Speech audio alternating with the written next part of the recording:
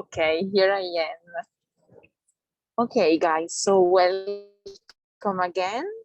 I hope you enjoyed the previous lecture with Dr. Alessandro Costa, and welcome again. So I'm very happy that Mahmoud, that you know very, very well, and Sradha are here to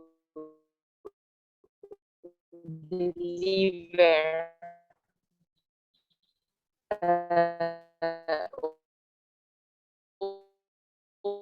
also a lecture about, let me say, Struck as partner of this session, and to sorry, these very important things that you need to keep in mind when you deliver an ITDM. So I'm very happy that we cooperate both in the development of the project and also in delivering these lectures. And so thank you for being here, to Mahmoud and to Sradha. On behalf of Crimedim, thank you for all the cooperation and collaboration of these months. It's an honor for us to be your partner. And it's a pleasure, real pleasure to have you here. So I give you the floor, and I'm here, but I'm traveling. But if you need something, please reach me out anytime, and enjoy the lecture. And please, guys, as always, if you can turn your cameras on, I think it's a real pleasure also for Mahmoud and Sradha to see you and interact with you. And of course, the recording and the slides and everything will be available on the platform as soon as possible, hopefully by tomorrow. Okay, see you later, and have a nice session. Thank you so much, Monica. Likewise, it's always a pleasure to work with you and with Crimedim. And hello again, everyone. This time, the session will be about an introduction to IFMSA, the world of IFMSA. Of course, all of us are IFMSA members, yet we might have different levels of engagement, so this might serve as a refreshment for some of you, might bring some new information to others. And the second part of the session will be about a brief introduction to peer education, which is the essence of the TDMT project and the ITDMT project as well, which are both complementary to each other. So we will try to understand what peer education means, and we will try to reflect on that. Between the two parts, we will try to take a brief break of perhaps 5 minutes for us to chit chat as well. And we hope that you can enjoy this session and that this session helps you participate and further strengthen the ITDM project, bring back the knowledge you got from TDMT to the ITDM project. So without further delay, the first part of it will be facilitated by Sradha. Sradha is our focal point for TDMT this year. Sradha, you have the floor. Thank you. Mahmoud, are you going to be sharing your screen? Yes, I'm sharing my screen. Give me a second. Do you see it? Yes. Can everyone from the participants please confirm if you can see the screen without any issues? Yes, we can. Okay, thank you so much for the confirmation. Then Sradha, you have the floor. Okay, first I would like to apologize. My camera is not working, so we'll have to work with just the audio, so apologies. But I would love to see all of your faces, so if you can turn your camera on, that would be amazing. So hello, good evening, good afternoon, or good morning, depending on whichever part of the world you are. Welcome to our session, and I hope all of you are fresh and ready. So let's just start with a warm-up round before we begin. How about all of you type in what you're feeling, how your mood is with an emoji in the chat box. Choose any emoji you want. Let's go.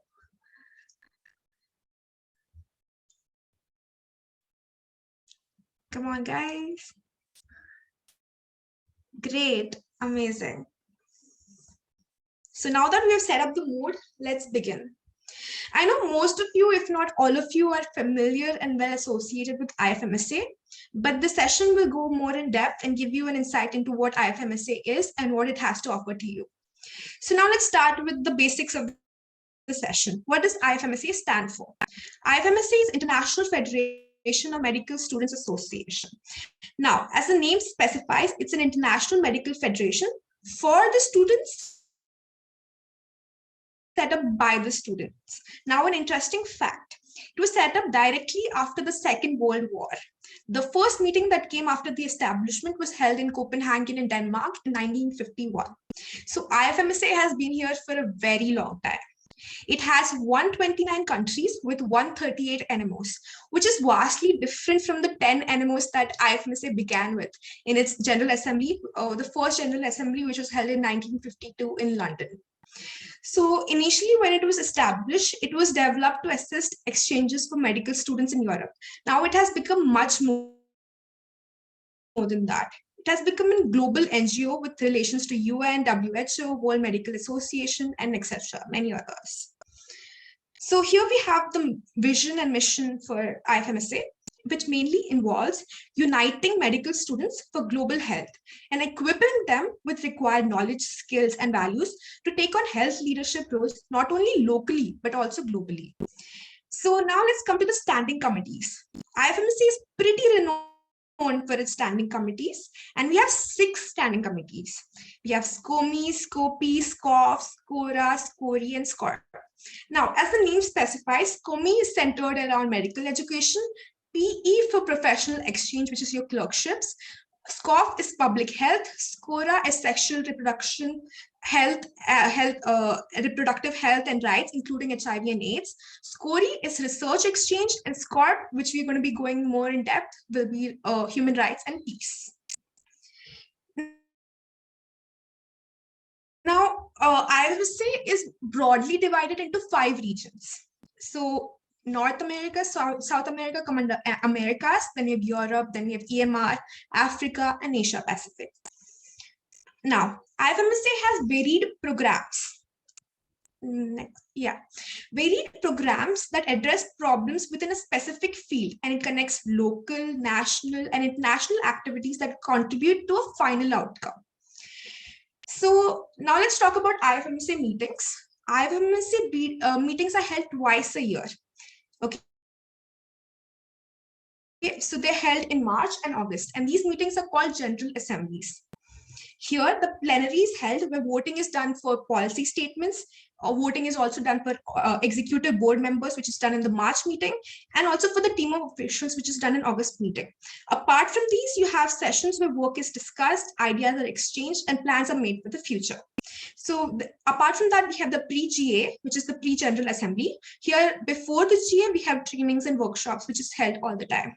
Apart from that, every region holds the meeting once a year, which is called the regional meeting. And then we have sub-regional trainings, which are workshops and trainings organized by NMOs. So if you all didn't know, our training, which is the training disaster medicine trainings, comes under the committee of SCORP, which is human rights and peace, which you're going to go into more in depth now. Shraddha, if I may, before we dive into SCORP, I'd just like to highlight 2 important notes that would be very important for you as disaster medicine trainers. So here in this slide, let me just try to utilize the annotation so that you can see. Do you see now my marker? My mouse moving? Okay, super. So one important thing that you have to keep in mind as disaster medicine trainers is this concept, the concept of sub-regional trainings or pre-regional trainings or pre-general assemblies. This is where our capacity building happens in IFMSA. This is where our different workshops takes place, and one of these workshops in SCORP, as we will discover, is the International Training on Disaster Medicine.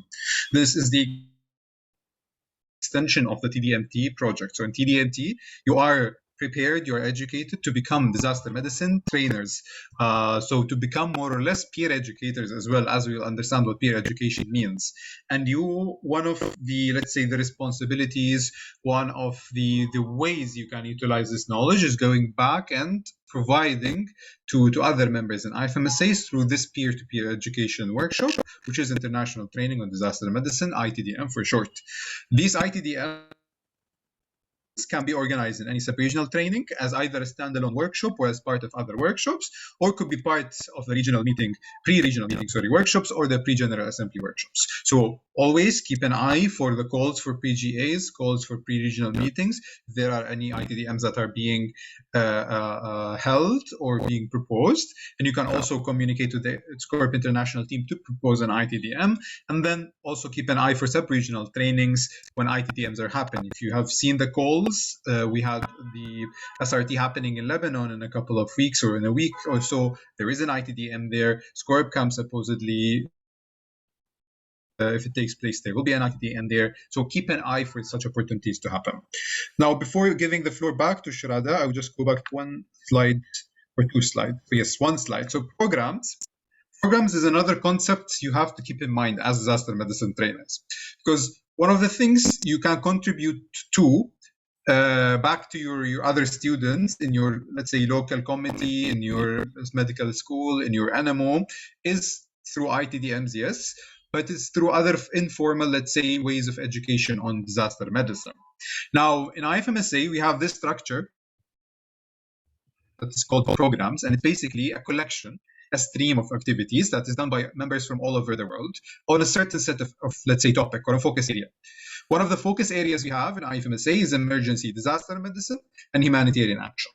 Emergency disaster risk and humanitarian action. This is one of our programs in IFMSA. And the work you do, whether through the ITDM, whether through organizing any campaign in your local committees or in your med school or in your national member organization, or the work, any other also sporadic trainings you might organize to other students, to members of the community, all can be categorized under this program, and you can submit it basically to be acknowledged as part of the IFMSA programs and as part of the IFMSA activities. The benefit of that is that these activities will be recognized in the IFMSA impact report. So your work, your impact, your utilization of knowledge will be recognized as part of IFMSA's bigger contributions, or not IFMSA only internationally, but what every every national member organization does around the world. Now I will hand over back to Sharada. Great, yeah, thanks. So fun fact, when SCORP was established, it wasn't always called this. It evolved from Standing Committee for Refugees to other names to what we know in the present day. So SCORP has a vision of a peaceful world where all individuals have full and equal access to human rights. And it also motivates, promotes medical students to promote and protect human rights and peace. So this is the vision and of SCORP. So now in the focus areas, so as Mahmoud already said, our training comes under emergencies and disaster medicine and humanitarian health, which is also a program. So apart from this, we have human rights education, ethics and human rights and health, equity, diversity and inclusion, migration, health of populations in vulnerable situations, peace and peace building. So these are the other focus areas and programs of SCORP. Now coming to the structure of SCORP. So it's divided into 3 levels. So the most basic level, national level, we have for every NMO, we have a national officer of SCORP. And then we have local officer for different regions of SCORP. International level, we have the team of officials. We have the director, and then we have the liaison officer, which is Mahmoud for SCORP. So, and apart from this, we also have program coordinators who control or who are heading the programs. Apart from this, we have assistants. We have regional assistant for every region. We have development assistant, and then we have a general assistant. So the assistants, along with the team of officials, constitute the SCORP international team.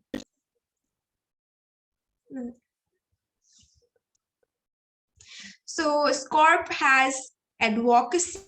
It raises awareness, it does capacity building and development, and also we have different, SCORP facilitates discussions on various topics of SCORP that we already discussed.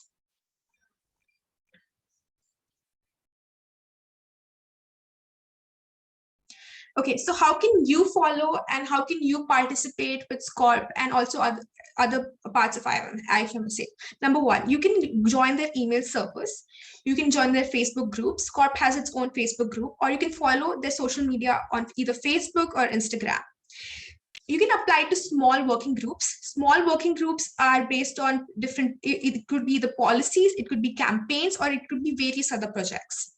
You could apply to various IFMSA events. What are these events? You could apply to general assemblies, you could apply to regional meetings or the sub-regional trainings like Mahmood already mentioned. Or you could also apply to IFMSA delegation to external meetings. You can join workshops, you can do sessions, you can do webinars. There's a lot of things to do how you can join and participate in IFMSA. So yeah, that's my time. Mahmood, over to you. Thank you so much, Shada. And before taking or moving to the next part of our session today, which is peer education, I would just like also to reflect on what we have said about SCORP, because the importance of this part, speaking about IFMSA, is for you to relate on what is important, or for you to relate IFMSA as a structure, as a body, to your let's say knowledge that you gain from TDMT. So how can you utilize it in IFMSA setting? So let us go back a bit once again, just to give you some, let's say, key hints on how you can utilize the knowledge you gain from TDMT. Now, disaster medicine as a practice, let's say, is not isolated.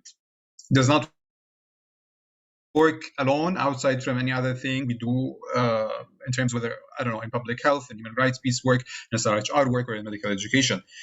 Disasters can happen at any point and other issues will still coexist. So one of the things you have to keep in mind is that, okay, whenever you are doing or conducting disaster medicine activities, whether these are educational activities, awareness activities, advocacy activities, keep in mind the intersection with other issues. So, for example, issues of migration are very much related to disaster medicine and the response to disasters and humanitarian crisis. Issues of health of populations in vulnerable situations is very much related to disaster medicine, because disasters and humanitarian crises create situations of vulnerability. So it's something you have to keep in mind as well while doing your advocacy, let's say, or education or awareness raising on disaster medicine. You have to keep in mind this intersection with these other, let's say, focus areas, these other topics. Peace and peace building as well, because disasters can arise in situations of conflict. Equity, diversity, and inclusion within the humanitarian response, within the disaster medical teams or emergency teams, are all very important to keep in mind and also to advocate for. And this is another direction to work or like to address when working on on disaster medicine. Ethics of disaster medicine or ethics of practice in humanitarian action as well is something to also keep in mind. And the protection of human rights in disaster response and in humanitarian response is another thing to keep in mind while doing your work and projects and in disaster medicine. Human rights education as well. Health education, human rights education, these are continuous activities you carry on while you do the response, any kind of response, whether it's an emergency response, a disaster response, or a humanitarian response. So a very important, let's say, note or a key remark here is that keep in mind that disaster medicine is not isolated from any other thing that happens around it. It's very much interconnected to any other field we work in IFMSA, to any other field we work in SCORP, and it is very important that you take this intersectional approach, this holistic approach to tackling the topics. One, for you to be able to have activities that are practical, so you can come up with ideas on the role based on the needs of your community, based on the needs of your colleagues, and two, because issues of, let's say, disaster medicine intersect with issues, let's say, of vulnerable situations, with issues of peace and peace building, with issues of ethics, with issues of equity, diversity, and inclusion. So you have this, let's say, intersectional perspective into issues, and this gives you a wider perspective into working on disaster medicine, once again, through the different areas. Second key remark here is that why do we mention the structure of the standing committee? We mention it so that you know who can help you in conducting your activities and who can support you. So the most important support for you is the national level. You have the national officers, local officers, and activity coordinators. These are people you have to identify within your national member organization in case you needed any kind of support in conducting your activities, whether it's on a local level or a national level. People on an international level that you need to identify or know very well is first the program coordinator on emergency, disaster risk, and humanitarian action. Why? Because as we mentioned, you want to enroll your activities as part of your NMO's work through the program so that it's acknowledged and recorded in the IFMSA impact report. And then they help you also develop your activities further if needed. So this is number one on an international level. Number two on an international level are the IT members. So the capacity building assistant and the regional assistants are very important for you to identify because these help you organize your ITDM if you want to organize one together with your NMO. So this will provide you with the support, with the technical support, with the documents and the advice, etc. Of course, in the support of the director and the liaison officer. So this is very important to identify who to reach out and when. Next key remark is regarding what we do in SCORP, what we do in IFMSA.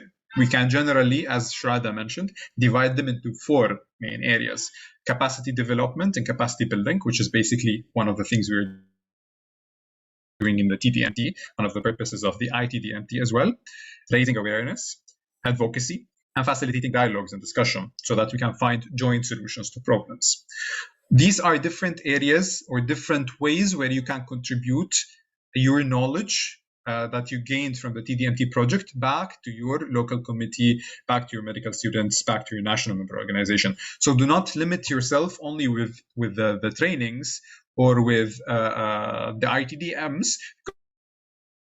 You have a wide array of options that you can carry out, a wide array of options of activities that you can do, that you can implement on the ground to channel this knowledge that you gain through this project to others. And it will still be educative, it will still be about raising awareness, could be about advocacy if you engage with other stakeholders to change certain policies, to change certain behaviors of the community, or you could engage with other medical students to identify, for example, issues regarding disaster medicine education within the curriculum and try to come up with a certain vision, a certain identification of the problems, then transfer this to your medical schools, so on and so forth. So just some examples. But the point here is that broaden your perspectives beyond only trainings, beyond only sessions, beyond only the ITDM, into the wider scope of activities that you can carry out.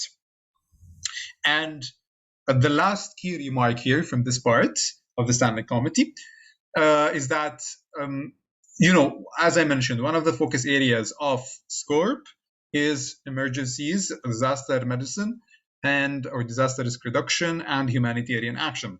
And you will find this dispersed throughout our many opportunities. You will find some relevant campaigns, some policies that we have done. Last year, we have done a policy on health and on peace and health, and it included parts about humanitarian action as well in disasters.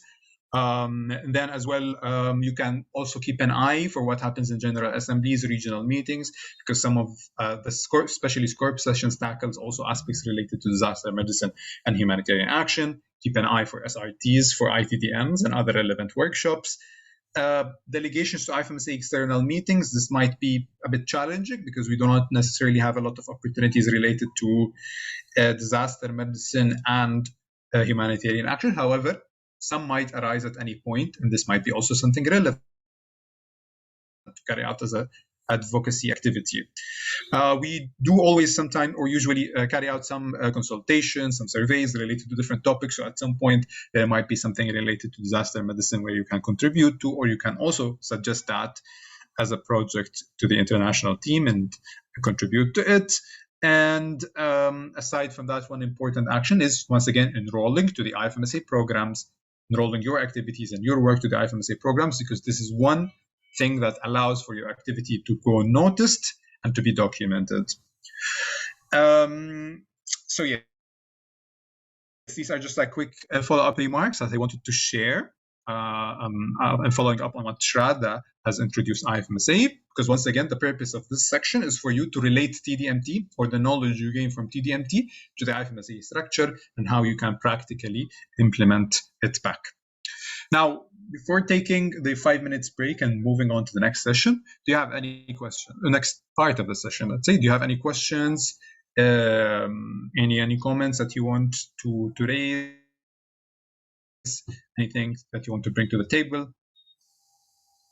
I'll try to open the list of participants to see if anyone is raising a hand.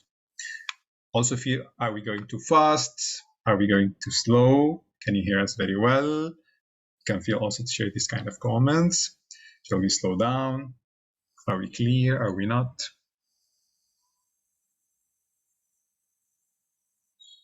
I see something in the chat. All clear. Thank you, Inas. It was all clear. Okay, super. Thank you so much, Victor. And any questions that you have? I will count until 3, so you have a chance to think. Going once. I hear no comments still. I hear no questions. I see none in the chat. Going twice. I still see none. This is your last chance. Don't be shy. Feel free to ask. You can always also ask us and reach out via WhatsApp, Telegram, or also email if you have any other further questions or follow-up questions at some point, even after the course. I will call it. Well, I will go to 2.5 to give you one last chance. I still see none. I will assume there are none. I will call it a 3. And this is the first part of the session. This is much more, let's say, structured as a part, straightforward, because these are general knowledge about IFMSA. And once again, our purpose here was to relate this structure of IFMSA that we all might be familiar with to a certain extent to your knowledge that you have gained through TDMT and how you can utilize it. Now we will take a 5 minutes break. If you want to drink some water before jumping in and take some breaths before jumping into the second part of the session, which will be about peer education. Okay, 5 minutes start now.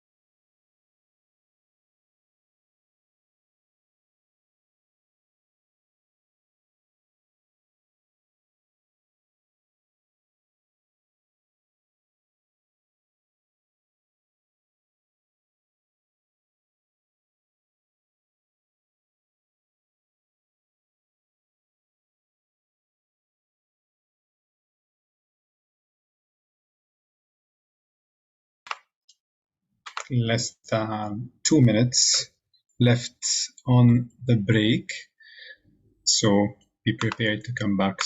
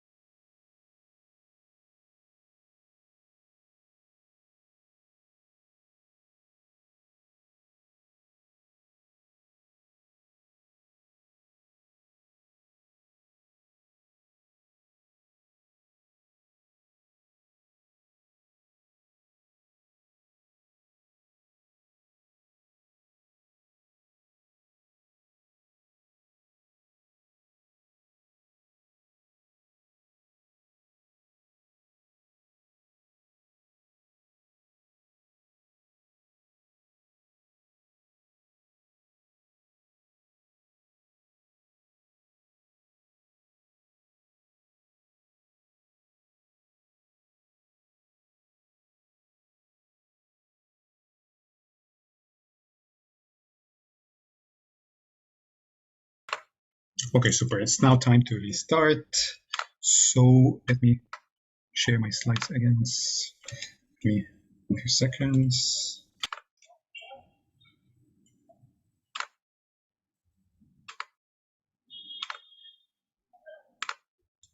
Just checking very quickly, are we all good? Are you all ready to start? Give me 1 second, please.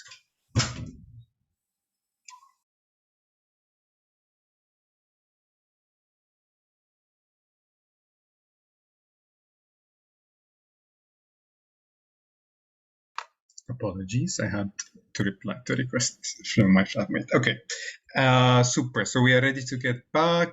I hope that everyone is ready as well. Can we see some thumbs up, please, in Zoom? Can you please raise your thumbs up? Super. I see Natalie raising a thumbs up. Victor as well, 4 thumbs up. Inas, Abdiel, super, super, super. I see the thumbs up coming. Super. Super, super. Okay, cool. We are ready to start. So the second part of this session is about peer-to-peer education. The aim of this part is to introduce you to the topic of peer-to-peer education. It's not an extensive training, because peer education in itself is what you are learning, or one of the skills you are learning throughout this TDMT course. But it requires much more extensive efforts than one session. So here we will only be briefly introducing peer education, what it means exactly, how it happens, why is it important, and then what is your role as a peer educator? What are the skills that you need to be a good peer educator? So yes, let's dive very quickly into the session. So what is peer education? First, before diving and defining what peer education is, we need to understand what a peer is. So can someone tell me what a peer is? Anyone? In simple words, in your own words. A colleague, a friend. Yes, Rabi. Sorry, can you please repeat? A colleague or a friend, someone you associated with. Okay, super nice words. Let's keep them in the back of our minds. So Rabi mentioned a colleague, a friend that you can associate with. Cool. Any other thoughts? It can be like a partner. Partner. Thank you so much, Victor. Any other thoughts? Anyone would love to share? I hear none. I'll assume no. Okay, I'll see the chats. Mustafa says someone that shares same interest. Very good point. Very nice point. Inaz also emphasizes on the word colleague. Cool. Since I see no further requests to contribute, let me dive into what a peer is. So a peer is definitely not the fruit here we are speaking about here, but a peer is basically a person that is equal, let's say, of an equal standing, or of a matching standing, let's say, belonging to the same group, to the same category that another person identifies to. This could be age, this could be grade, class in med school, let's say, this could be status, this could be gender as well, etc., etc., etc. So peers are equals, let's say, on same level, more or less, same status, let's say, not same level necessarily. So in that sense, colleague or friend might not be always peers, because you might get friends or you might get along with someone based on other interests. Let's say, not necessarily you're equals on something, you're not necessarily matching. You might have matching ideas, yes, but ideas is something. We are here speaking about categories, levels. Colleagues most likely might be peers if you work in the same level, let's say, within work. If you are colleagues within school, so same class within school, and you share the same level, let's say, the same status you am. So in simple words, a peer is anyone who's equal to you, to your level, to any certain category you belong to age, to grade, to status, socioeconomical status, etc. Now, with that in mind, peer education is the process in which a peer happens or takes the role of teaching and learning from other peers. So a two-way process, whether in formal or informal settings.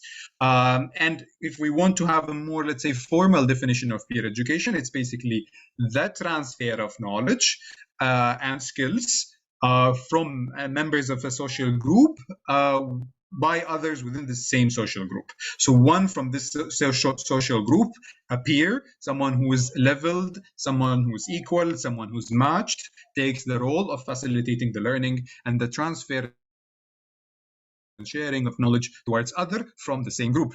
We can take the example of medical students. Medical students are more or less all peers if we take medical students as all groups. If we can divide them further, let's say medical students in year 6, those are peers. Medical students in year 5, those are a group of peers, etc., etc., etc. Then youth, young people, are a big group of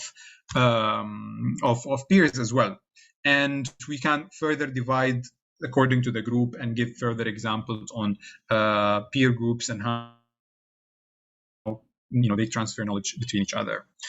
So yes, once again, in simple words, peer education is the process of or in which peers learning from and with each other in formal or informal settings. Formal or informal settings.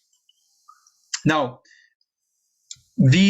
how peer education works is that the core idea of peer education is that any peer is an expert on their own lives, on their own experiences, and therefore they are the best matched, the best starting point, the best ones to reflect the knowledge, to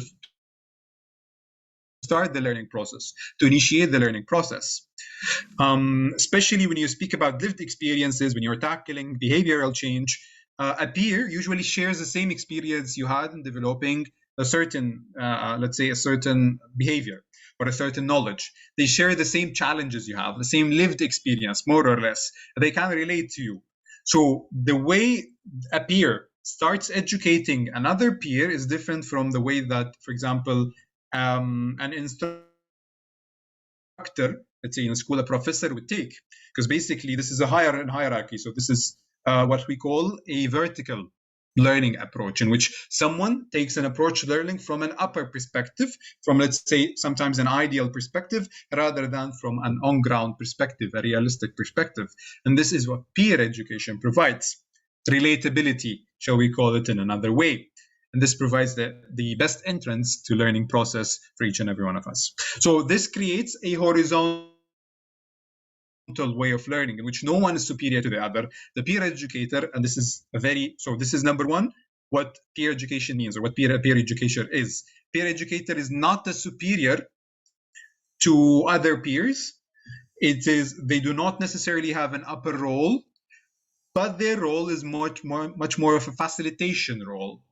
They facilitate the learning process. They are not educators per se. They are not teachers per se. They are facilitators of the learning process.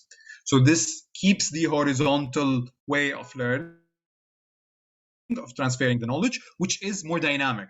It is less rigid, less formal, and more acceptable by people. So these are the core ideas of peer education. Now, peer education from that perspective is based on experiential learning.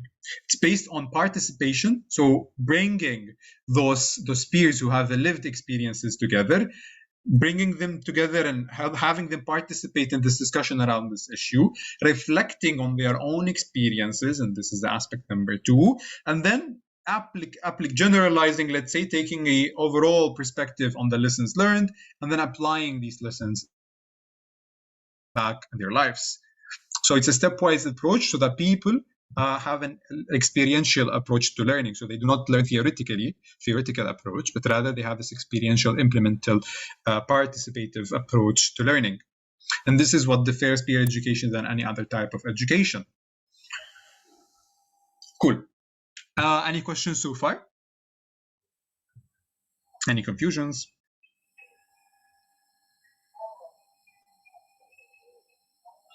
I hear none.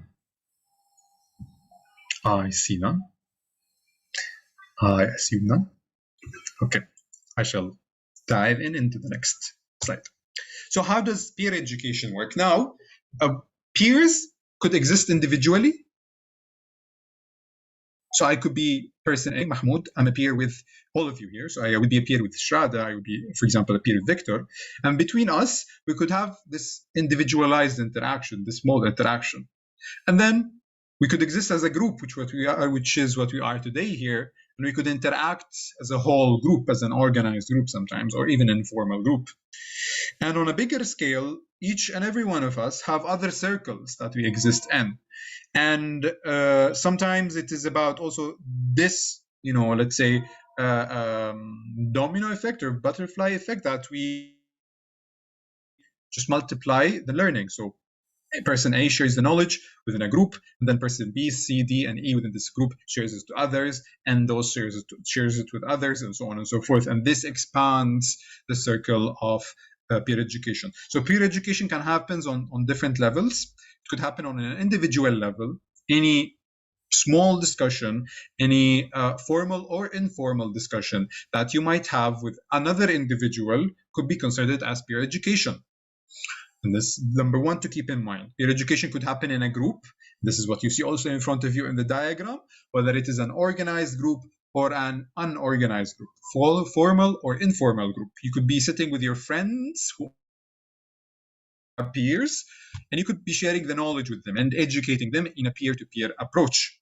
And you could be sitting in your class and take a more formal approach to peer education, but still also provide let's say, a facilitation of the learning process for your peers within the class. And those are both peer-to-peer education. And once again, the circle grows bigger and bigger as others start taking the approach to teach others, as they are empowered. So as other people that you have taught, that you have, let's say, facilitated them gaining the knowledge, starts gaining, let's say, the confidence and the empowerment to start also transfer the knowledge to others, and then expand the circles further and further and further. So it's a never-ending loop, shall we call it? It basically depends on the receptive person on how they want, let's say, to multiply the impact of the knowledge they receive. The role of an educator, once again, could be in formal settings, could be in an organized setting, in a formal setting, could be about only encouragement and motivation, and it could be about training and preparing others to carry the role of peer education so that they can also educate others and expand the circle.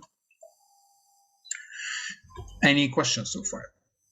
And it gives me time to drink water.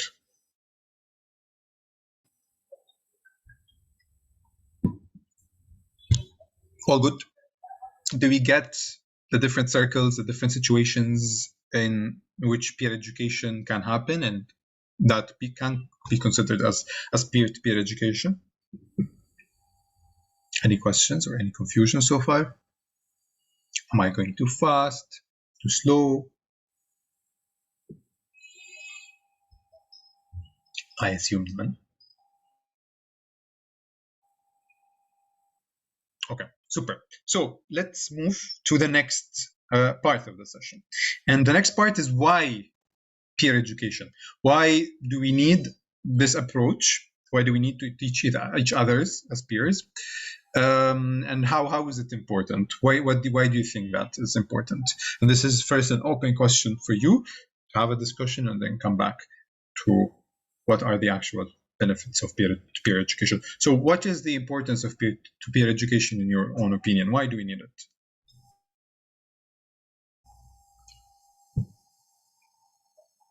Any thoughts? Shall I put people in the spotlight? I don't like to do it. Okay, Victor, yes, you have the floor. Yeah, I think that the best benefits of peer education is that we can learn from other partners or other person that have the same knowledge or more knowledge or have this or live the same situation as me. For example, we can learn from another partner about medicine or about other stuff. So I think that that's an important point about the peer education, that we can learn from other person that have the same level of me. That is a very good point. Thank you so much, Victor. To learn from others who have the same experience. This is a very valid point, very good point, very good starting point. Thank you so much, Victor. I see Inas raising a hand first. So Inas Osama, you have the floor. Yeah, I think maybe because we spend a lot of time with our peers, probably more than we spend at home. So if we educated people to transfer knowledge, it will be more easy, and they'll be more receptive of the information also. These are also very good points. Spending a lot of time or being, let's say, much more approachable to our peers. The trust, as Inas mentioned as well, very good points. Natalie, you have the floor. I just want to add that it's more relevant when it comes from someone your age, your experience, and just the same circle as you. And also, it's not really a benefit, but I don't think it's like, for example, in Palestine, there's not really the vertical approach in disaster medicine, since it's not in the curriculum, since we don't hear about it from like people with a higher level of education. So peer education is basically the only way we can spread this knowledge. So very, very good points, Natalie. Thank you so much. So relatability, you can relate to that person who does the peer facilitator role, but also a very, very, very important point that Natalie mentioned. Sometimes even the formal way of education, the vertical education, theoretical education does not exist. And sometimes peer education is the only means, let's say, is the only approach to fill in a gap. So it's much more of a need rather than, a benefit, shall we say, as Natalie described perfectly. Thank you so much, Natalie. Abdi, you have the floor. Yes, I had a similar opinion to Natalie's.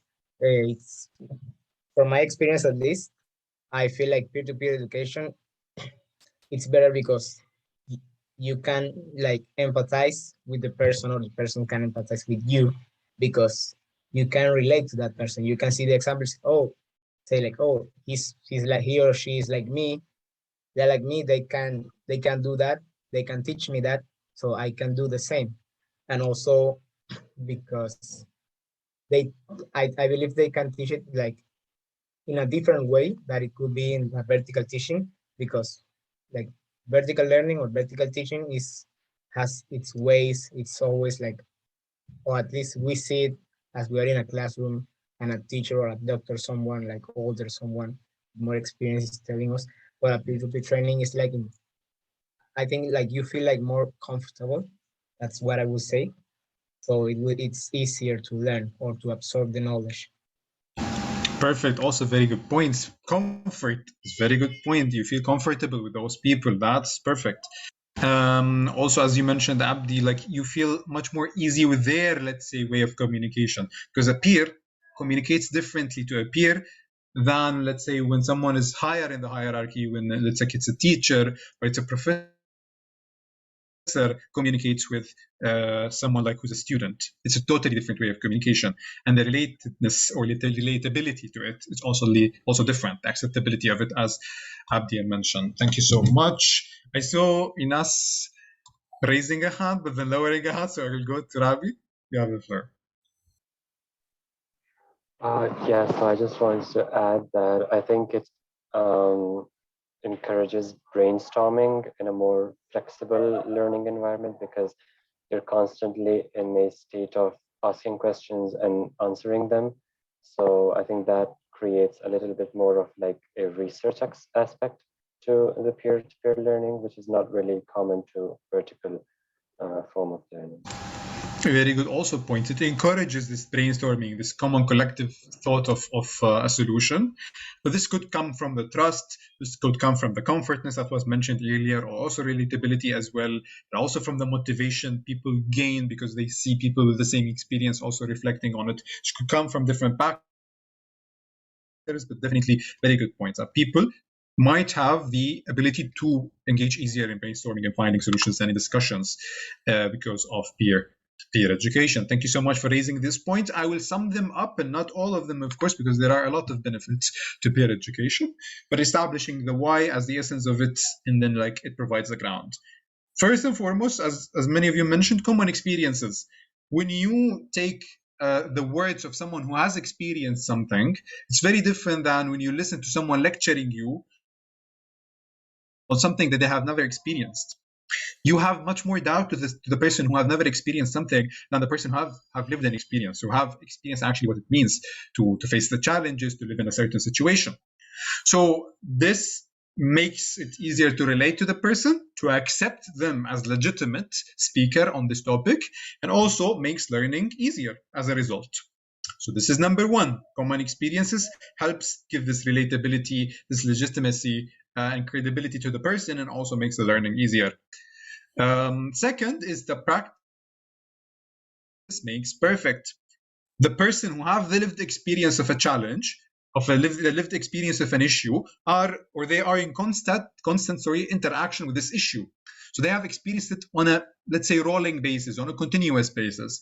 And when they have dealt with it, or when they have become empowered to deal with this problem, it is one thing because of, okay, yes, they became accustomed to it or very well versed in it, let's say, very experienced in it, and developed the appropriate knowledge accordingly.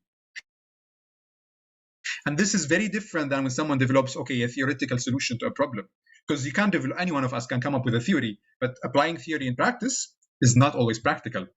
Unlike when the solution comes from the lived experience. So a person who have dealt with a certain issue, with a problem on a constant basis, are able or better able to reflect the different dimensions of these problems, and also better able to communicate the solutions of the problem, and much more competent, let's say.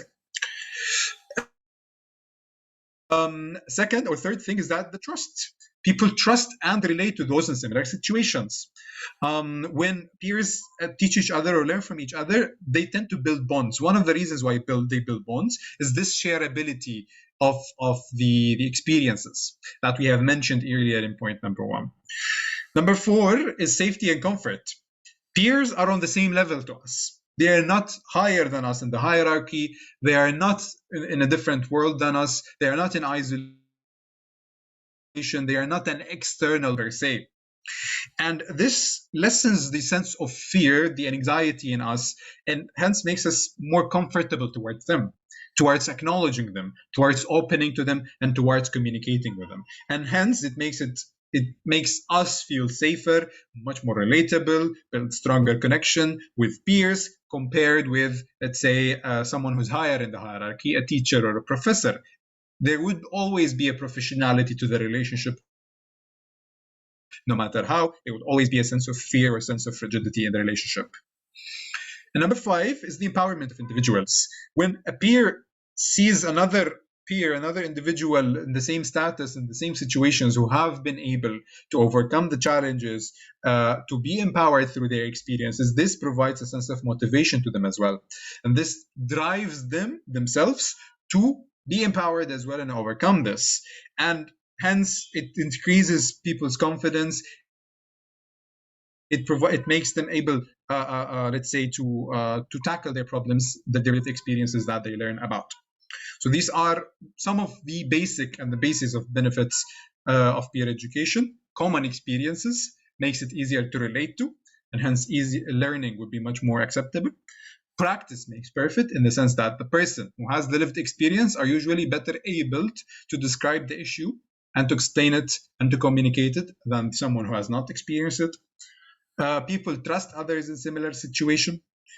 Safety and comfort, when we are all at the same level, this kind of breaks the barriers and helps us be comfortable towards each other, feel safer towards each other, and hence makes it easier to share, makes it easier to communicate. And finally, empowerment. When we see others who have been able to come through these barriers, or to go beyond the barriers and be empowered themselves, challenge their own situations, we are also motivated, we are also confident in ourselves to overcome this and become empowered ourselves. Now, based on what we have mentioned from the previous points, what do you think, let's say, not the perfect, because the perfect anything does not necessarily exist, but what do you think what it takes to be a peer educator? What are, let's say, the essential elements that should exist in a peer educator so that peer education can happen efficiently and impactfully throughout what we have discussed so far, from the definition, from the process of peer education itself, from the benefits of peer education? What do you think are, let's say, the qualities that makes a peer educator impactful or a good peer educator?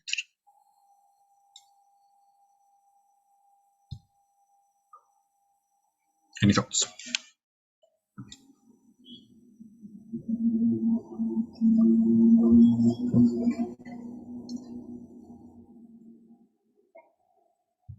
Natalie, you have the floor. I think mainly motivation to teach others and to share their knowledge genuinely, and also right communication skills, and the necessary knowledge and experience, as of course discussed before. Yeah, just super. Knowledge is one thing. You mentioned right communication skills. Right communication skills could mean anything, could be a lot of things. Can you think of it more specifically? What exactly should the communication look like? So it depends if it's because, you know, a professor and a teacher could be a good communicator, but how does it differ to a peer educator? It could be a genuine conversation if it's in an informal set. So just making conversation, making fruitful discussions that can lead to knowledge. And also, if we're talking about a more formal way, it also it may be more like a shared. So the knowledge is reciprocal. It's not straightforward, and it's not lecturing someone. It's more like being on the same level and speaking in the same words. And super, that's very nice, Natalie. So let's say that it's much more dialogue based than lecture-based or presentation-based, than what happens in any formal setting of education. Thank you so much. This is one way communication differs between a teacher and a professor compared to a peer educator. Winston, you have the floor.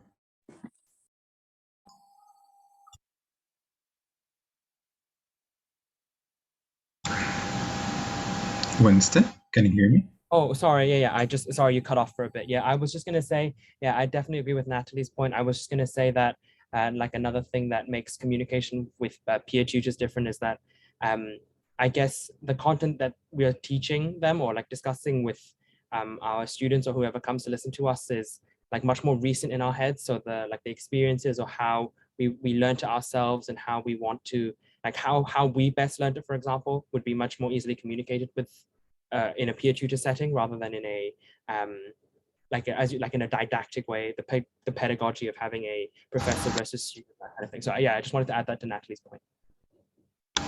Super, thank you so much. This is also a nice addition to communication, is that, let's say, communication, I would not call it informal, but appropriate to the level of the people you communicate, to your peers. Yeah.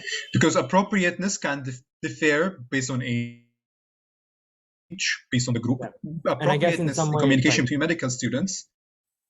Yeah. Yes, I was listen, going to say in some way it's just like it's easier to interpret for that student because it's on a similar level. Exactly, it's easier. Like there is a different understanding. So like when we speak between us as medical students, sometimes we use terminology related to our education that we would understand. But if you communicate this terminology with another peer, a young person, they might not understand, even though we are also peers. So this is a very nice point. Thank you so much for highlighting, Winston. Appropriateness of the communication according to the group you're communicating with. And this is something many times professors are also vertical learning lacks. Super. Any other thoughts? What makes a good peer educator in your own mind, your own opinion?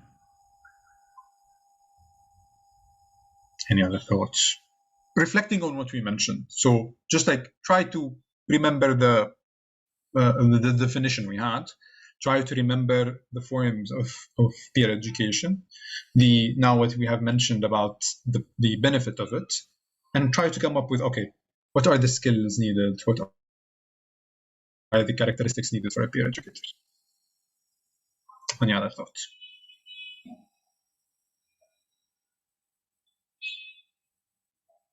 I will give you until 5 to try to think. So going once. Going twice. Could be also your own consideration, so not necessarily from something we mentioned, but also what do you think, what do you imagine, as each and every one of you is the impactful, let's say, a peer educator, is a good peer educator. How would you imagine that? How would you imagine yourself as a peer educator? Going 2 times, you still have 3 more counts. Going 3 times, I still hear none. I see no raised hands. I see no comments in the chat. Going 4 times, this is your last chance. I might give you a 4.5 just to give you more time to think if that is needed. Going 4.5, so this is half more count till we reach the 5. I still see none. I'll just check the chat one last time. Okay, I see nothing in the chat. I see no raised. Okay, Inas, in the last minute. Inas, you have the floor. Yeah, okay. Just checking. The question is, what is the characteristics of the good peer educator? Yes, Okay. exactly.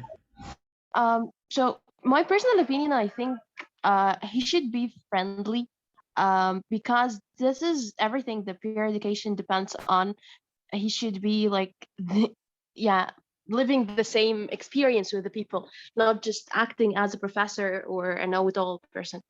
Also, he should be flexible, not just sticking to whatever was written in his PowerPoint or flipcharts, and just kind of go with the flow depending on whether the people or the participants became more knowledgeable than he thought or less knowledgeable than he thought. Also being very time efficient, because most of this generation, we kind of get bored easily, and that's also why peer education is kind of successful, because it's a lot of fun. So if he is boring, it's gonna be terrible experience. Also depending on the structure of the session, but I think he should like put a lot of activities or um, yeah, anything, simulations or anything that makes the session more fun.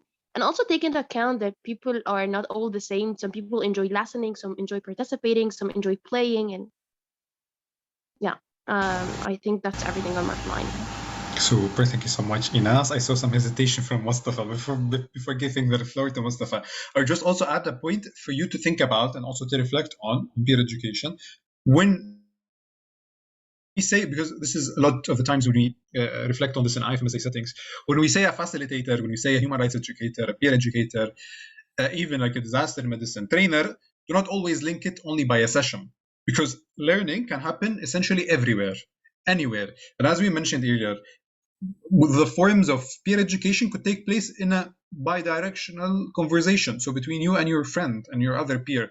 And this is not necessarily a session. Still would have the same considerations, of course, of trying to be relatable to the person and appropriate. Time-wise is a very interesting concept to different generations, to different peers, so you have to be mindful of that as a peer, but don't limit yourself to a session. Peer education does not mean a session. You are educating on the role. You're educating through any discussion you might have on the street. So keep that in mind, that education could happen in any setting, in informal setting, formal settings, organized or unorganized sessions, or non-organized sessions, settings, that let's recall it this way. I'm not sure if that gave Mustafa time to establish his thought. Mustafa, would you still contribute or not? Hello. No, I raised it by mistake. Okay, no worries then. Super. So let's dive into the let's say describe some of the things you mentioned, which will be a brief description, because we can, let's say, come up with a very exhaustive list of different details. However, some of them are bases to each other. So the first and foremost, let's say, characteristic that makes a good peer educator is being a peer. And this is because, like, as a peer, you know the appropriateness of the language that you can use with your peers. You know the appropriateness of, as Inas mentioned, for example, the concept of time for the peers you work with, because like time for young people is different from time to adults. The perception of time is different than the perception of time for children. It's different. The perception of time between medical students and, let's say, law students is definitely different. The perception of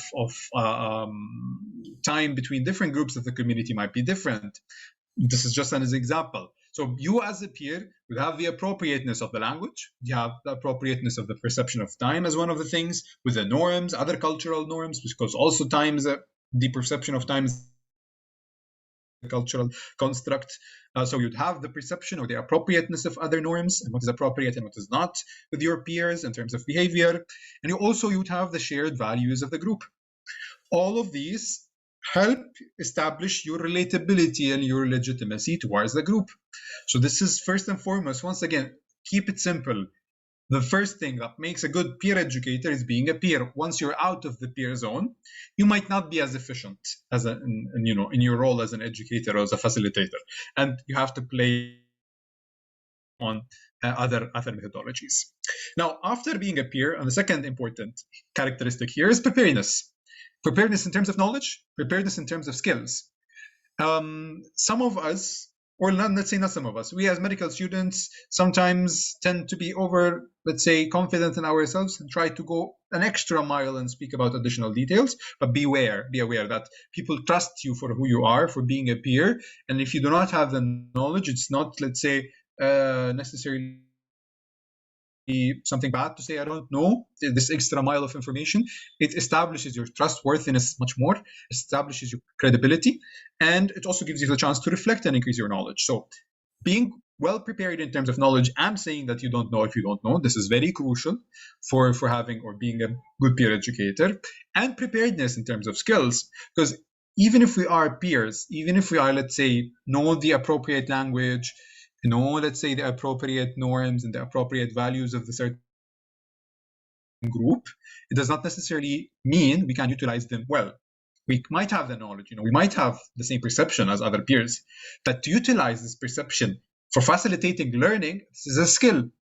This is something you have to learn, and this is what you're once again doing through the TDMT. So try to absorb these skills out of the TDMT. Number 2 in this preparedness is that you and no one of us will ever have the full knowledge of any topic. But one thing that is very important and crucial to have in mind is where others can reach for more information.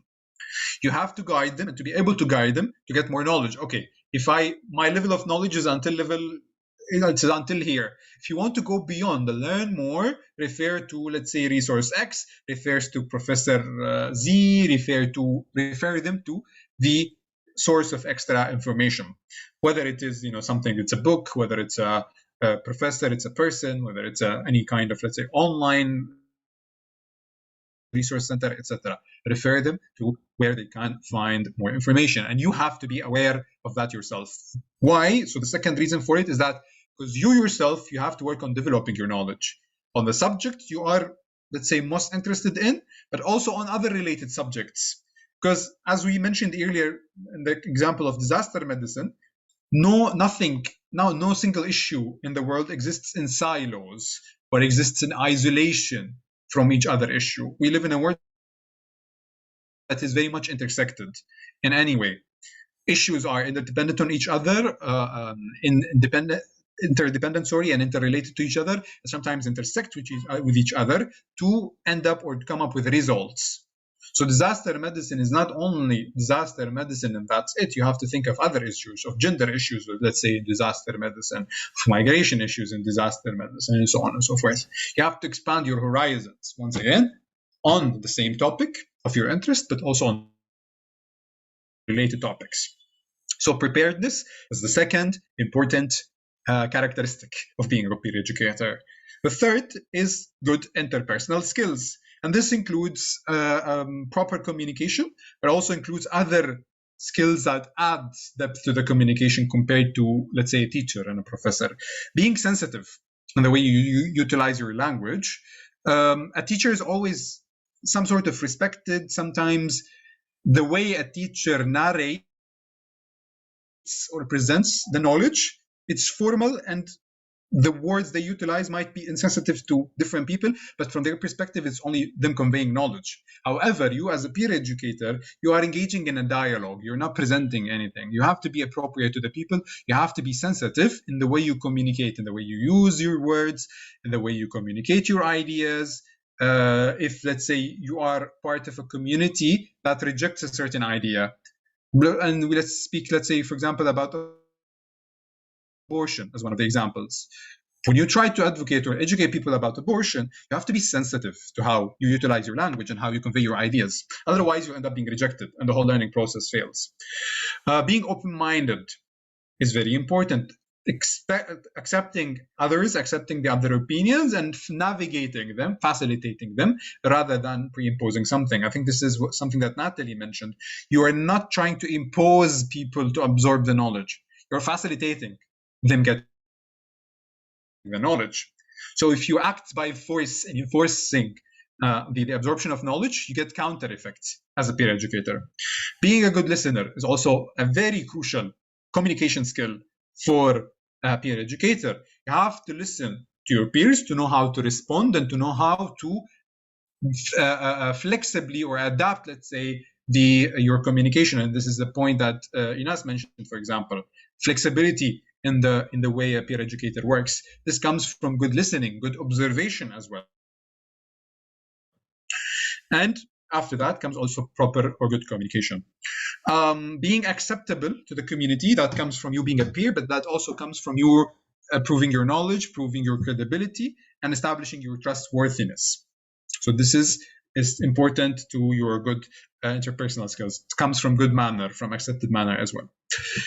Point number 4, and the fourth characteristic, is that leadership. You as a peer educator, you take the lead in facilitating the knowledge and facilitating this dialogue between people and facilitating them getting the knowledge. This is something that you need to own up to it. You need to own up to your leadership, not only in terms of education or this type of facilitation, but in every aspect of your let's say, daily behavior.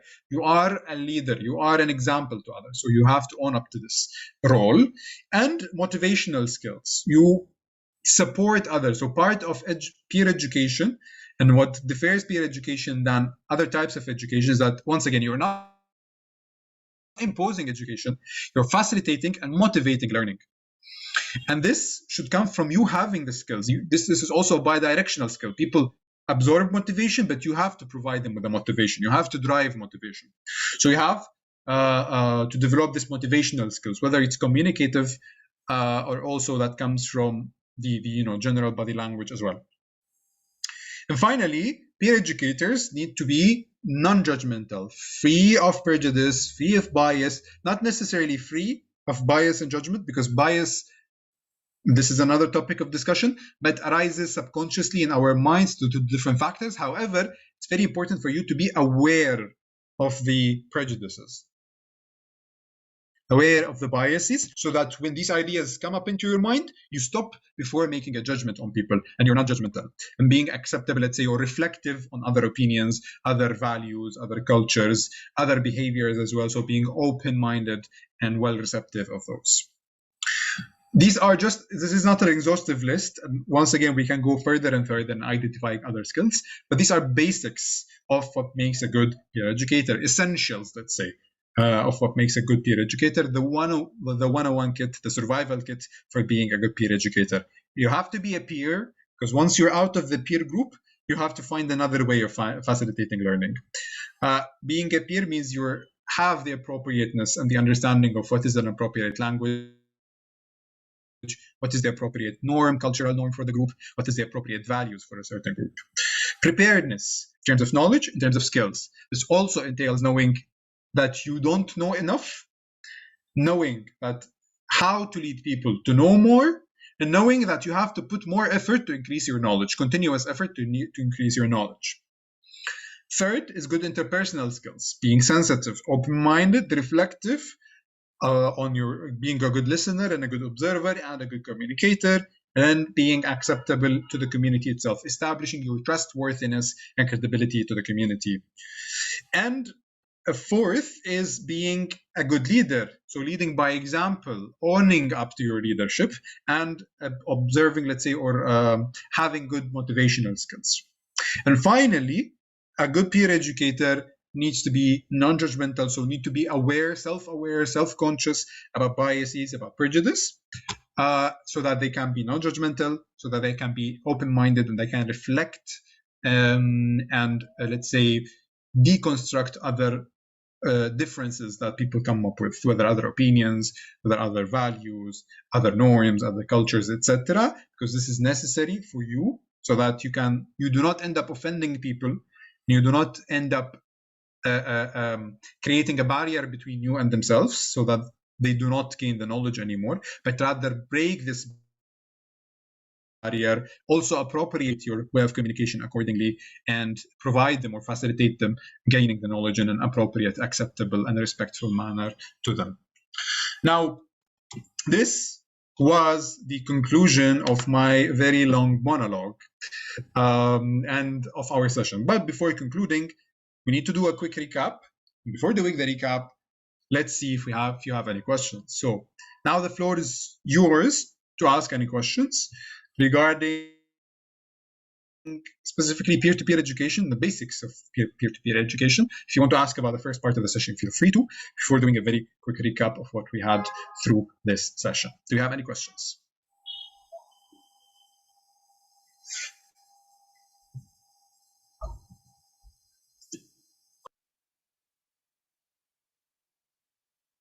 Hi, here now.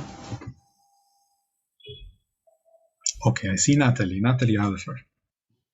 I have a question about the process in general of like constructing an ITDMT in our animal.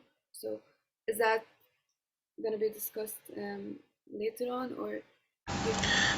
It is, no, it will be discussed. I think, wait, let me check the agenda. There will be a session by George on it. I'm not sure if it is today. I cannot find the agenda right. Okay, I will check and tell you maybe later. But yeah, after I stop sharing my screen. Yes, there will be a session by George on how to organize an ITDM, exactly. What are the steps to follow? So this will come soon. Super. Thank you so much, Natalie. Any other questions?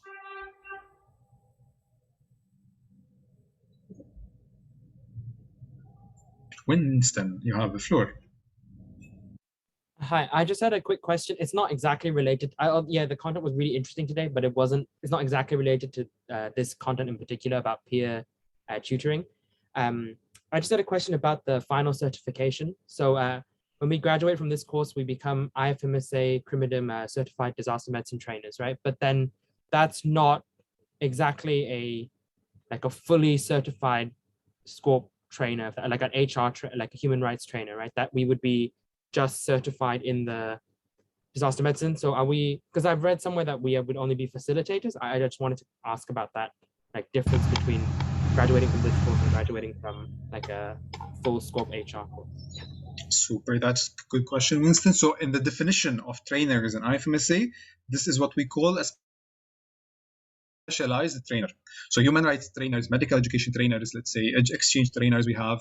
What else do we have? Now we have public health trainers. These are specialized trainers. You are a trainer, but in a specific field. So you are acknowledged as a trainer within the context of this field when it comes to, let's say, capacity building and development activities in this specific field.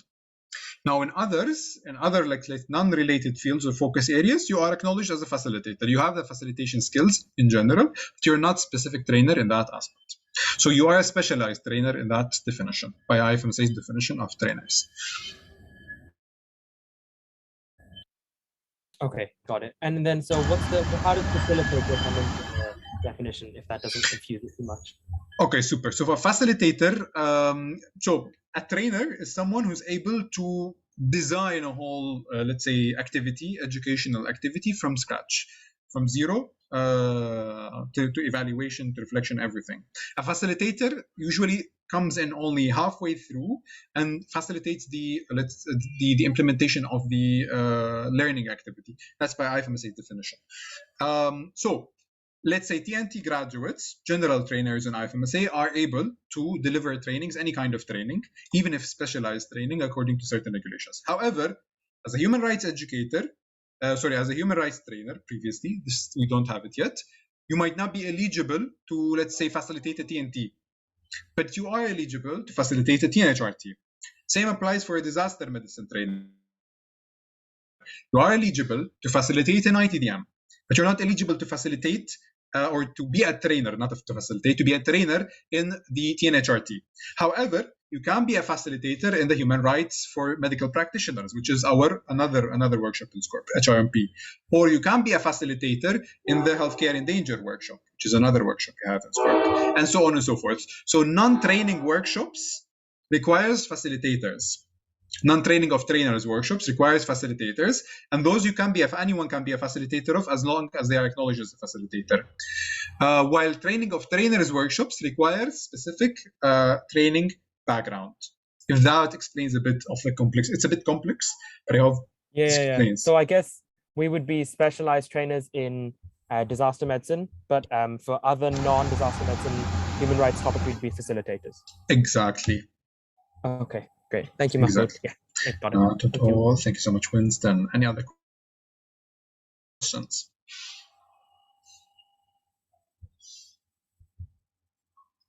Going once. Going twice. I will give you until 5. Game 3 times. All good with peer-to-peer education.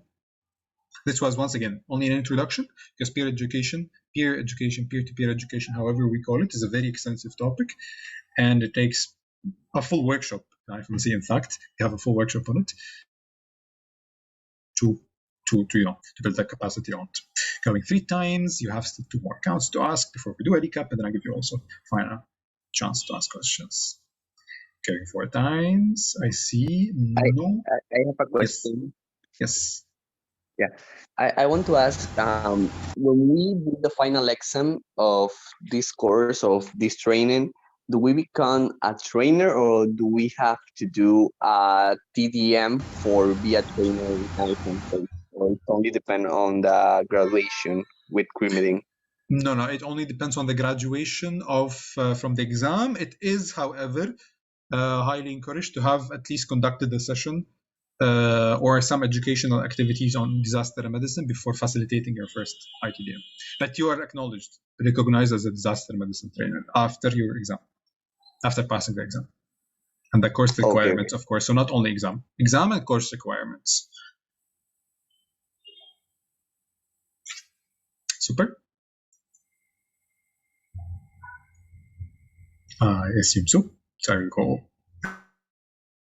Was at 3. I'll continue at 4. So this gives you one last count before we do the recap. I see no raised hands. I hear no questions, and I see no questions in the chat. So I shall do a very quick recap. Super. Let's go back. Where were we? So yes, peer education. So what we started with is a quick definition of what the peer is. We said the peer is an equal person who's a match on the same status, on the same level, belonging to the same societal group.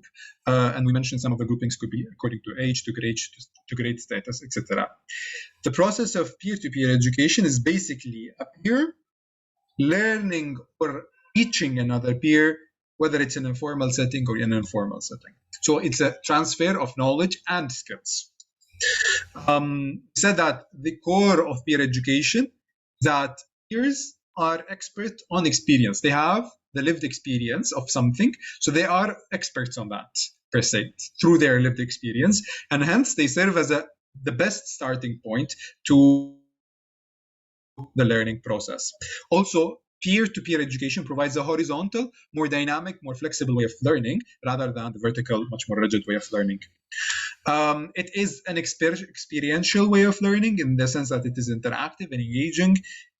There should be several elements to experiential learning. So starting from participation, people participate in the learning process overall. Once again, this is not a didactic or a one-way presentation, let's say, of education, but rather a facilitation of the learning process. It involves reflection on experiences. It involves, let's say, projecting or generalizing the lessons learned, and then the application of these lessons throughout daily life.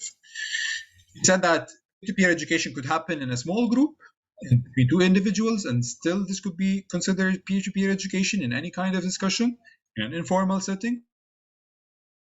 It could happen with a bigger group, whether in an organized setting or non-organized settings, formal or non-formal settings, and it's still considered peer-to-peer education. It could happen as a means of a bigger training, for example, the TDMT that we are having. This is not necessarily, no, this is not a peer-to-peer education, but the TNHRT, for example, or the ITHRE that we have in SCORP, as well, international training on human rights education, or the training new trainers, or training new medical education trainers, all are peer-to-peer training of trainers. And this is the last bigger circle that you find in front of you. You graduate as trainers, and then you go to educate others. Why is peer education important? We said that common experiences establish relatability, establish acceptability, as well as legitimacy, which makes the learning process easier. Practice makes perfect. Those with lived experience, with the constant interaction with a problem, are better able to communicate and reflect on it. People trust others who have faced similar conditions, can relate to them, and this builds some sort of a trust and acceptability. Safety and comfort, when we are at the same level, when there is no barrier between us, there is more comfort from us toward each other. There is more sense of safety, sense of security, and then this makes or helps bonding, helps creating stronger connections. And finally, empowerment. When you see someone who have went through the same lived experience as you went through, when you see someone who have went through the same barriers as you went through and surpassed them, you relate to them, you gain confidence from them, and you gain motivation from them, and this helps you also get empowered. And finally, we reflected on what makes a good peer educator. We said that the first and most essential, let's say, characteristic is being a peer, being relevant to others. So being a peer, being at the same level, at the same status, this helps you or gives you a perspective into the appropriateness of language, of cultural norms, of values of the group. We said that the second thing is being prepared in terms of knowledge, and prepared in terms of skills. This does not mean this is, you are full expert on something, but rather it means that, you continuously develop your knowledge and your skills to the extent possible, and you also know where to guide people to go for further knowledge. We mentioned that also good interpersonal skills is very important for being a good peer educator. This includes sensitivity, open-mindedness, good listening and good observation, active listening and observation, and good communication, being acceptable and trustworthy to others. Then we also mentioned that you as a peer educator, you are a leader. You have to own up to your leadership and lead by example. And you also have to be motivational in your facilitation, also in your leadership. And finally, we mentioned that you as a peer educator should be self-conscious, self-aware about your biases, about your prejudices, so that you can be non-judgmental, so that you can stop them before they turn into judgments, and that you are open-minded, take other perspectives, other differences, cultures, words, ideas, thoughts, and analyze them, reflect on them before, let's say, reflecting or saying or communicating your ideas, communicating your counter arguments as well, or other educative, let's say, arguments. And with that, we come to the conclusion. Full conclusion of the session. The first part of it was an introduction to the IFMSA structure, was much more for you to know how to relate the TDMT knowledge to IFMSA and IFMSA settings, and how can you apply it in IFMSA settings. Before concluding officially the session, I will once again open the floor for any final questions, one final round of questions, if any, and after that, I will call it a session concluded. I think you'll have one more session today, but then you will have a bit less than 30 minutes of a break until the next session. Do we have any questions?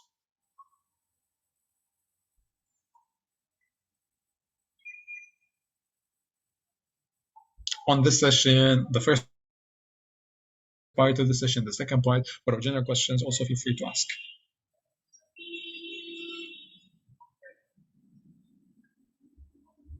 I hear that. I will give you until 5. So I count to 5, and then we can officially conclude the session going once.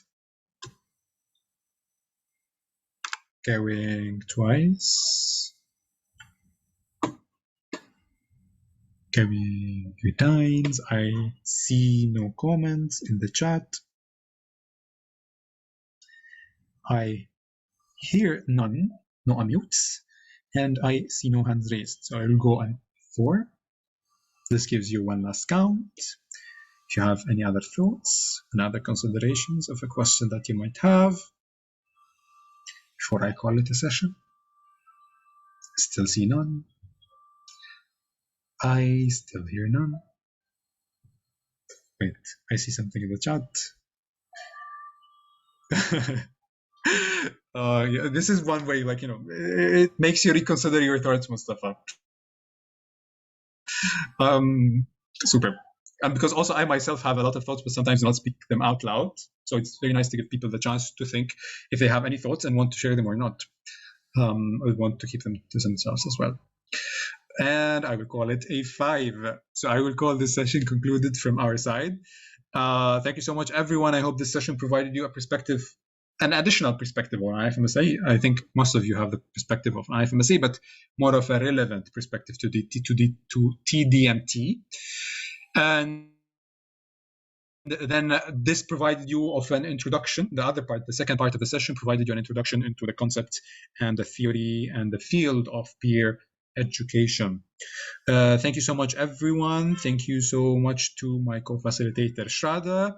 And with that, I will probably hand over to George before concluding, because I think you still have one session, so perhaps you might have 25 minutes of break, or I don't know, George, over to you.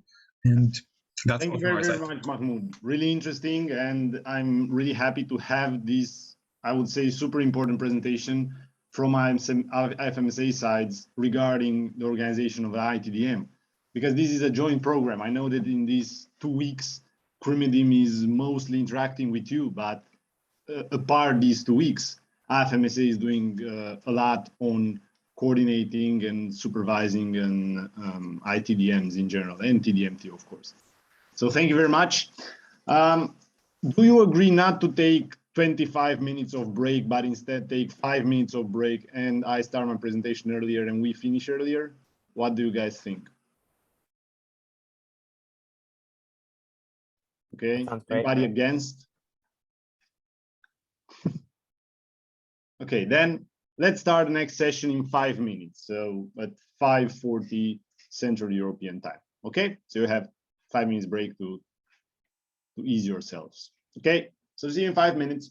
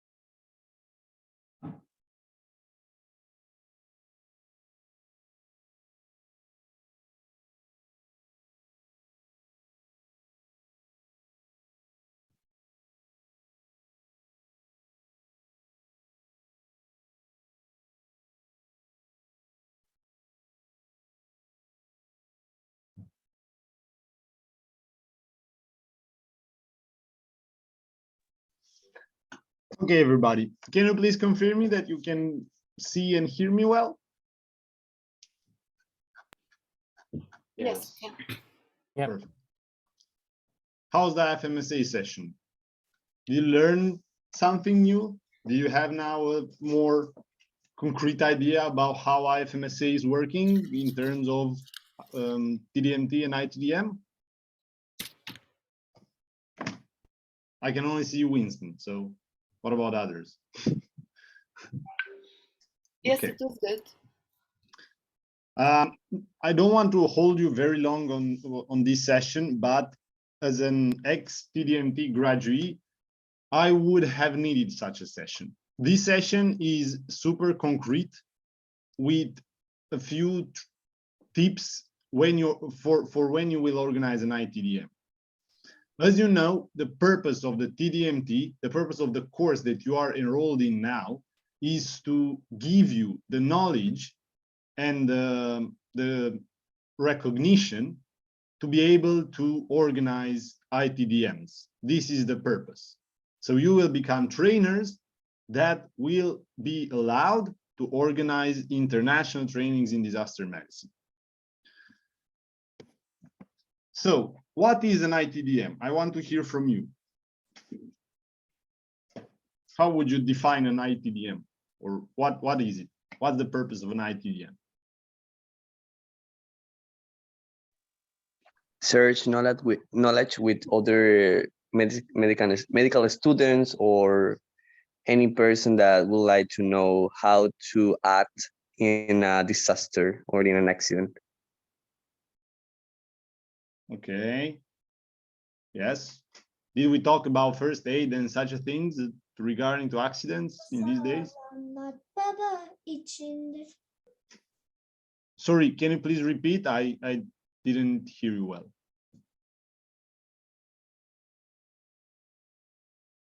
I don't know who that was. So to the one that answered, you said accidents. Did we talk about what kind of accidents did we talk about during these days? Small accidents, bigger accidents. What's your opinion? Mass casualty incidents. Exactly. And also natural disasters. Exactly. So bigger events, not regular accidents. Yes, Anas, I see your hand up. Well, the question is, what is an ITDM, right? Yes. Okay, so ITDM is the International Training of Disasters Medicine. It's composed of a lot of sessions, starting from what is a disaster and what is the definition of it, the examples, prevalence, and so on, and going through the preparations pre-disaster and what is happening inside the disaster, like the coordination of it, the AMP, and all this stuff, and going to the post-disaster. It has two simulations, the tabletop simulation and the real size simulation. Which gets people basically to understand how we as future medical professionals can act in any kind of disaster and be able to manage it even through the preparedness before it, going through it, and what should happen in the hospital and after this. Yes, exactly. And who are the teachers of an ITDM? Who are the facilitators of an ITDM? For the ITDM, the regulations say that it's a minimum of one TDMT graduate, but preferably two. If it's only one, he has to attend 100% of the training sessions. And other trainers may also be allowed, mainly the TNT and other people graduated from other SCORP or human rights. Okay. And leaving a bit aside the IFMSA regulations that you just said them perfectly, who else do you believe that should be a teacher or a facilitator in ITDM? Who could help for the purpose of delivering very accurate experience, stories, or knowledge? Well, I think people who were involved in something like that before. Exactly. So yes, it's very important to follow the IFMSA regulations, and to have to get your ITDM approved using the rules that you just said, but for the purpose of knowledge sharing and for the purpose of experience sharing, it's super nice to have also a facilitator, an experienced medical doctor or nurse, or it doesn't matter, that dealt with such things. Okay, so basically you've heard very good I'd say definitions of an ITDM, but what I want to stress is that written in the ITDM manual, that is a document, a formal document which regulates the whole ITDM course, it's written that there are some lectures that are mandatory. These are the ones, and these are the lectures that are also present on the TDMT platform. You can download. From these presentations, you are not allowed by the rules to remove any information. Of course, you can change the slides and the design and whatever, but you are not allowed to change the information, the scientific background of these presentations. You can add any other presentations that you find relevant, and you can add any other information to these presentations that you find relevant, but please don't remove anything from the existing ones. Why? Because CRIMEDIM and IFMSA consider that the informations present on those on those slides is the least amount of information needed for someone to be knowledgeable in disaster medicine. And so it's important that ITDM, under this name of International Training in Disaster Medicine, is under the supervision of IFMSA. So you are not allowed to organize an ITDM and to name it ITDM if you don't have the approval of IFMSA. Nevertheless, if you want to organize a training in disaster medicine not approved by IFMSA, you are free to do so, but it won't be an IFMSA training, and the participants won't be recognized as ITDM graduates. And of course, as any other training supervised by IFMSA, you need to follow the core principles of IFMSA. So not only the regulations of the ITDM, but also the rules in terms of gender, equality, in terms of race, ethnicity, and so on and so forth. Okay, so where to start? If you want tomorrow to organize an ITDM, where do you start? Firstly, of course, you have to establish a date. And I would say that this is the most important thing, to establish a date for your course. After that, think about location. Throughout the whole process, keep in mind the costs, because ITDM are not, you don't receive external funding for organizing ITDMs. So you have to be the one dealing with that. So if you find a super nice location that is super expensive, you won't afford it. I suggest to talk with your university and to get them as partners as early as possible, because they can provide you the facilities needed.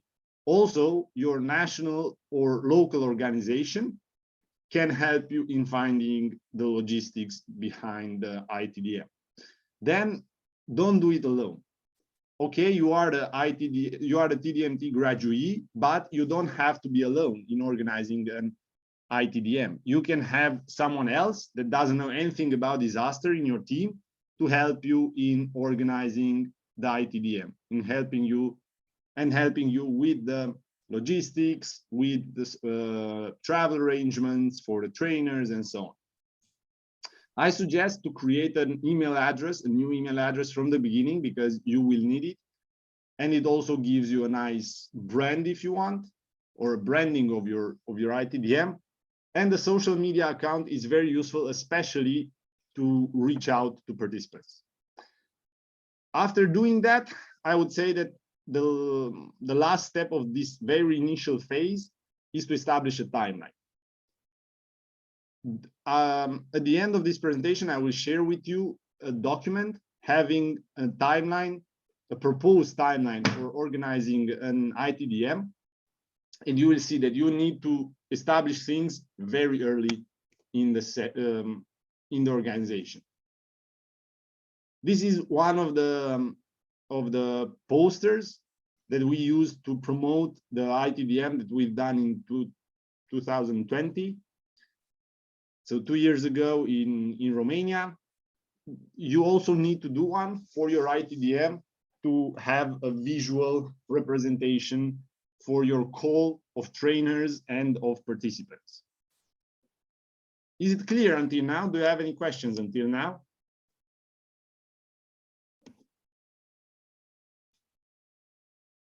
Any questions? Neither are they in the chat. Okay.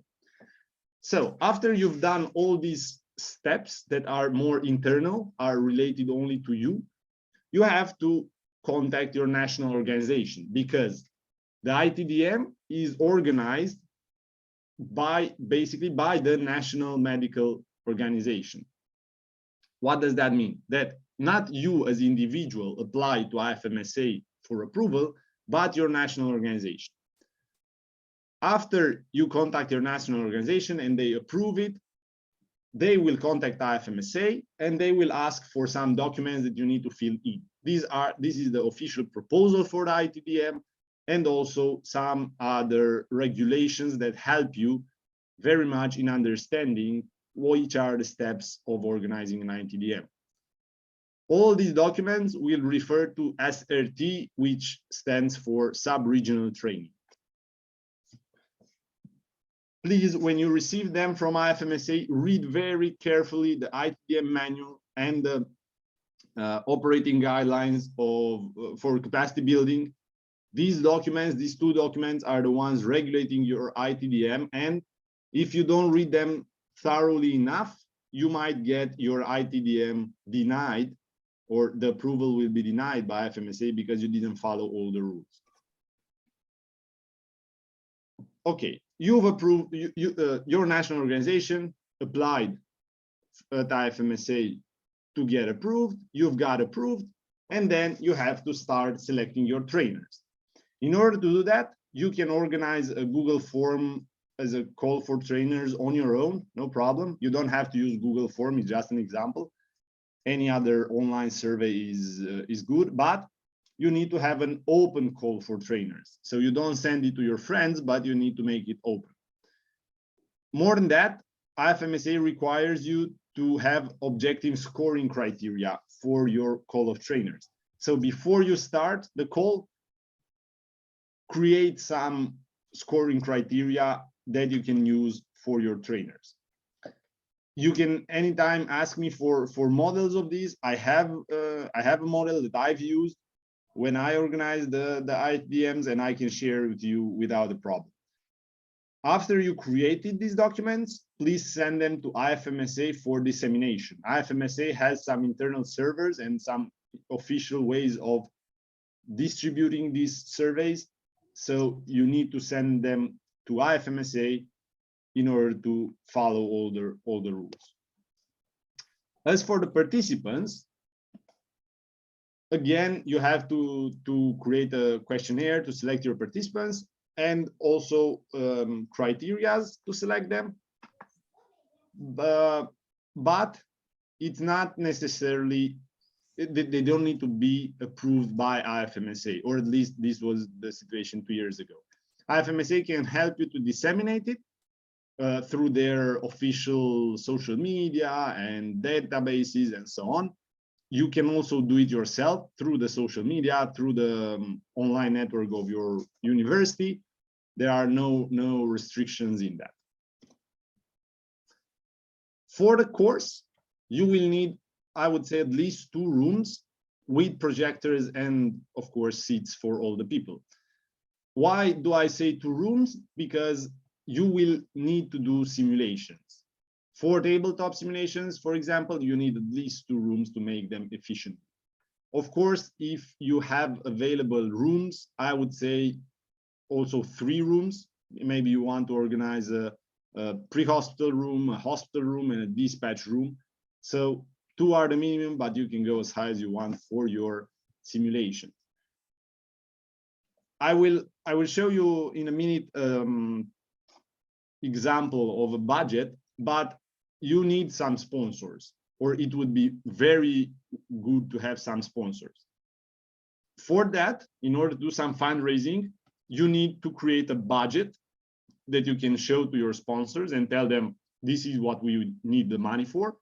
And what we've done very successfully in the past is to create some packages, some sponsor packagings.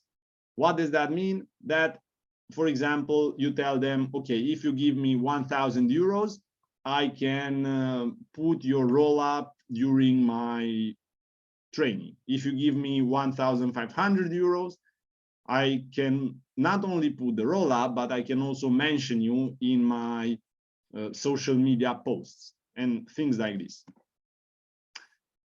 Also, after you've done the budget for the sponsors and after you've done some fundraising, if you have some funds, then you can also start thinking about the participation fee that your participants will pay.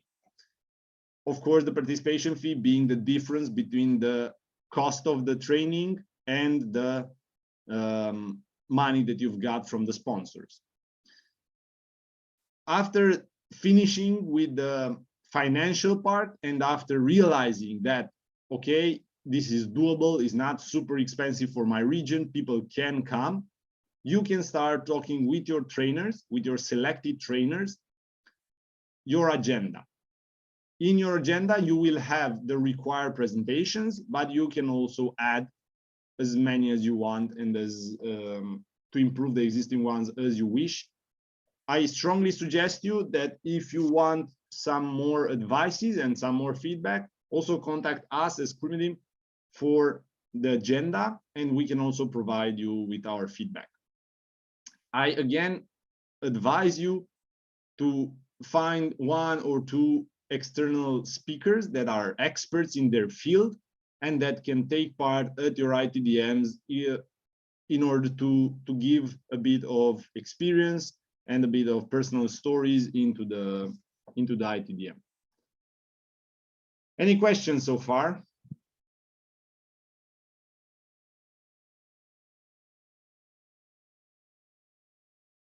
Are you still with me?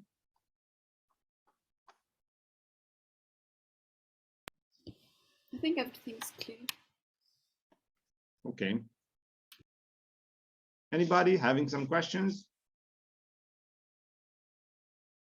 Okay. This is an example of the budget that we had, I think 3 years ago, when prices were a bit lower. Now I think it would be even higher. But as you can see, we provided to our participants hotel, so accommodation for 4 days, meals, so lunch and dinner for 2 days and breakfast for 3 days. Besides that, we had some welcoming kits, which included a map, a badge, and a t-shirt. We also needed some office supplies, and we had to fly 2 trainers to Romania. So basically, RON is the national currency, but in terms of euro, an ITDM, 3 days ITDM, costed us around 2,200 euros. To ask your participants to pay 2,000, I mean, okay, we had, I think, 20 participants, so each participant needed to pay 120 euros. It's quite a lot of money in my region, and not every student affords it. Besides that, keep in mind that students in some countries don't earn anything, so they are fully supported by their parents. In doing that, they don't have a lot of money. So please keep your costs as down as possible in order to make the ITDMs as to reach as many people as possible and make them affordable. Don't make ITDMs something that's only for people that have money. Okay. Again, before starting your ITDM, You need to think about some coffee breaks and the meals of the participants. Here, please keep in mind the special diets. You may have people coming to your course that are not from the same culture as you are, and they may not eat something, or they may have other dietary restrictions. So ask them, ask your participants in the form, in the enrollment form, for any special diets. Also think about accommodation. People might choose to accommodate on their own, or they would like your support on that. Be prepared to offer them something. Write down the arriving times of your participants. If you live in a big city, you might need to wait for them at the airport or at the train station because they might get lost. So be aware of their arriving times. And also, I suggest to prepare some welcome kit, because this is always nice, and especially students love it. You can see here the badges that we've created. And here you can see the logos of my university, of IFMSA, of the national organization, and also some sponsors. And we also gave them a map that was provided by our sponsor as a welcome kit. During the ITDM, make a lot of photos, and I suggest to establish a hashtag that they will use when they post the photos, because you want to track these photos and to also download it yourself, or maybe through your social media, distribute them and interact with them. And I also suggest to have a group for communication, like WhatsApp or Facebook Messenger, whatever you prefer, but have a common mean of communication, because it will be very useful. Here you can see a photo that we have from the training that we organized 4 years ago. It's a very international training. Here we have some participants from Shanghai, if I remember correctly. He was from Germany, she was from France, she was from Belgium, he's Romanian, this is me, and she's from Republic of Moldavia.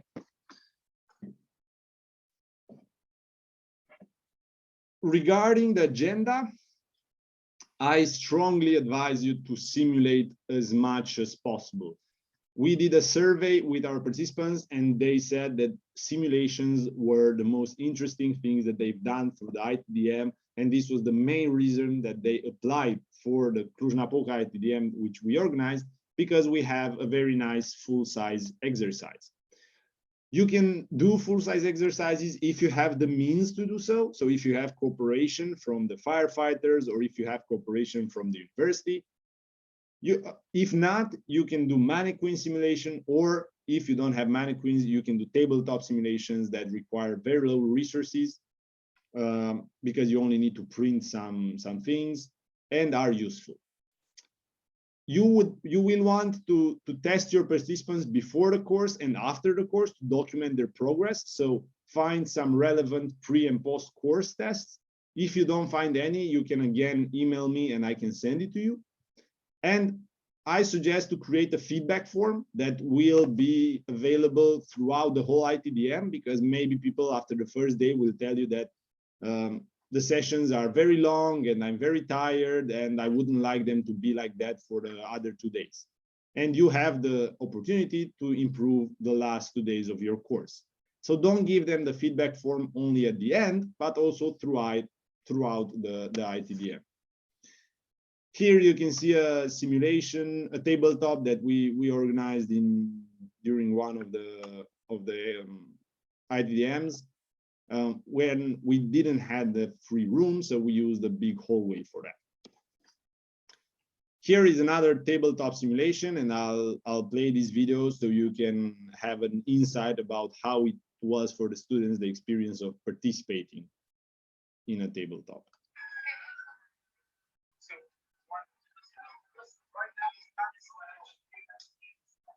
So there were triaging patient cards on the ground.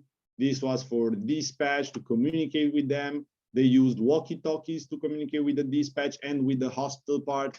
We provided them photos of the accident. We provided them maps of the accident. Yeah, here in the video, you can also see the big map that we provided them, which was the map of the region. And here somewhere in the middle is the place of the accident. So they had access to that. Here on the ground, these small things are patient cards. So they had on these cards informations about the patients, and they needed to triage them. And we used a speaker to put them some sirens in the background so they be more engaged. Okay. Here is another photo with an external speaker that was a lawyer, and we invited him to talk about the international health law and also about some stories of the international health law when the international health law was not enforced or was not applied appropriately, and so on. There is a big chance that you will get some tired participants because the ITDM that we organized, for example, was 9 hours of lectures per day, but not only lectures, of activity. So 9 hours of lectures, simulations, debriefings, and so on. So 9 hours per day, it's quite long. So the participants are pretty tired. If they are like that, you can maybe split the sessions or take out some things. So try to implement and to monitor and to implement these changes during the ITDM, not afterwards. Encourage your participants to share, if they have some, personal disaster experience. We had one girl from Iraq, for example, and another guy that came from Syria, and they shared very personal but super interesting, scientifically speaking, stories from their home countries. Through these examples and through these stories, the knowledge that you teach will be much better embedded in people's mind. And as always, try to avoid long and boring lectures because nobody wants that. After the ITDM, for the IFMSA, you will need to submit a report. It's I would say, easy to create report. But for this report, keep in mind that you need the national organization of every participant. So if you have participants coming from abroad, don't forget to ask them which national organization they are belonging, because there are some countries that have more than one national organization. Besides that, ask your participants, of course, for feedback and try to disseminate the outcome of your ITDM with your sponsors. So using basically the outcome of your ITDM, you can let your sponsors know how did you use their money. And it's actually, there are business studies that show that if you communicate with your sponsors after they gave you some money, it's very likely that they will give back to you again when you need it next year. Besides that, encourage very much your students to spread the word of the ITDM that you've done. This is the best way of publicity, of doing publicity. Try to keep them engaged by disseminating disaster-related news or humanitarian-related news periodically, maybe once a week or twice per month, to keep them engaged. And also, you can provide them some certificates approved by your university for the ITDM. To conclude my lecture, I want to show you 2 videos just to motivate you to create ITDMs from our experience here in Romania. This is an advertising movie that we've done in 2019. And we cried. Can you hear the music? Yes.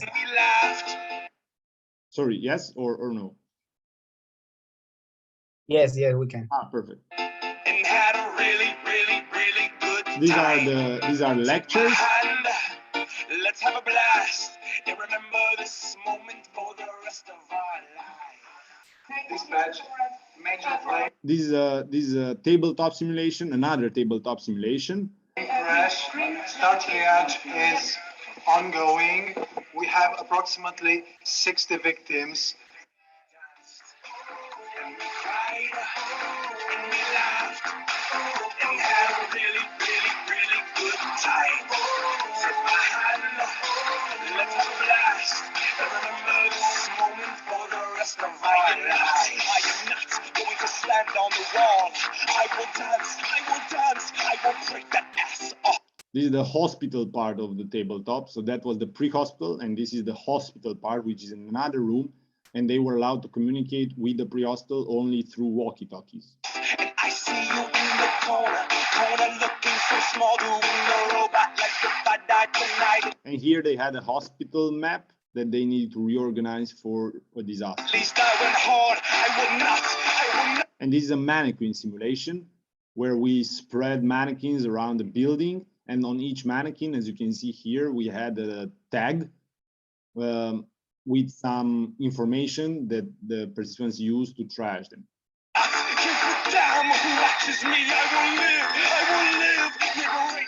And this is a small exercise that we did for neck collar and cat extraction device. The fox in me, I will be the disco ball freak and give my all to whatever girl's booty I'm freaking on. I'm not skeeting, no, it's just freaking hot. All right, I skeeted. I will not be a mannequin, no, the ego banished. And this is for debriefing of a tabletop.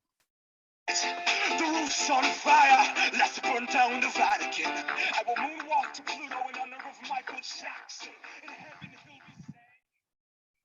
saying... Okay. Get out of the vehicle now. Step out of the vehicle. This is just Facebook. And this is the last one. This is an after movie of a full-size exercise that we organized in 2020. But this one doesn't have audio.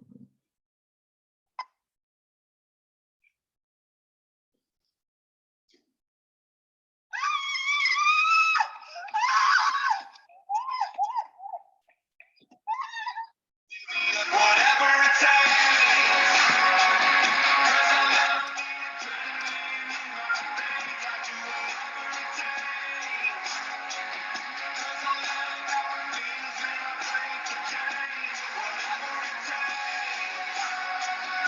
So here, basically, we simulated a mass casualty incident, which was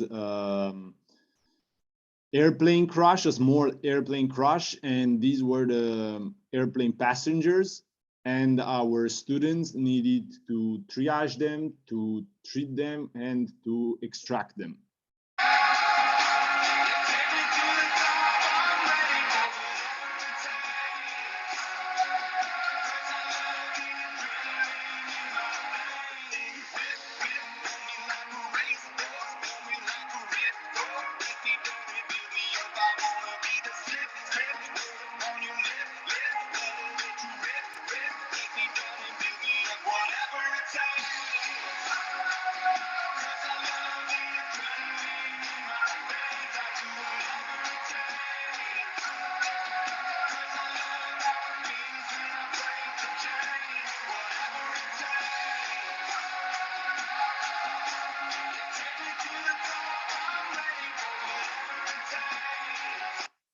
We use professional makeup artists to help us make up the victims.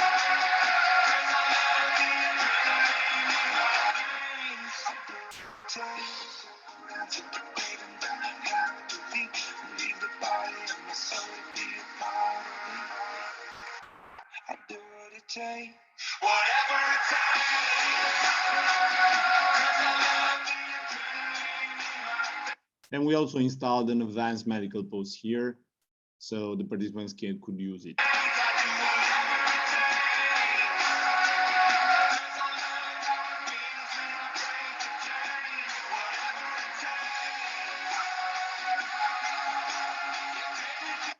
This is the mental health support.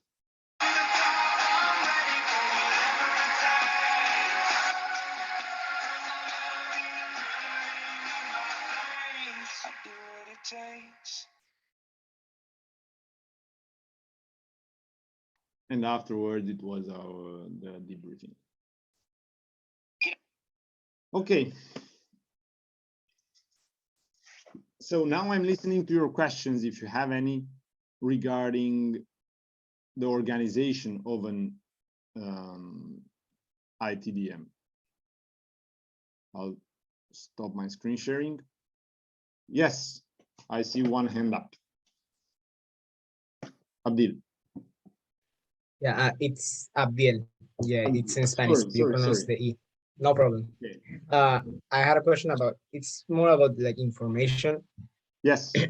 This course, this ITDM course you showed us, it is done like every year.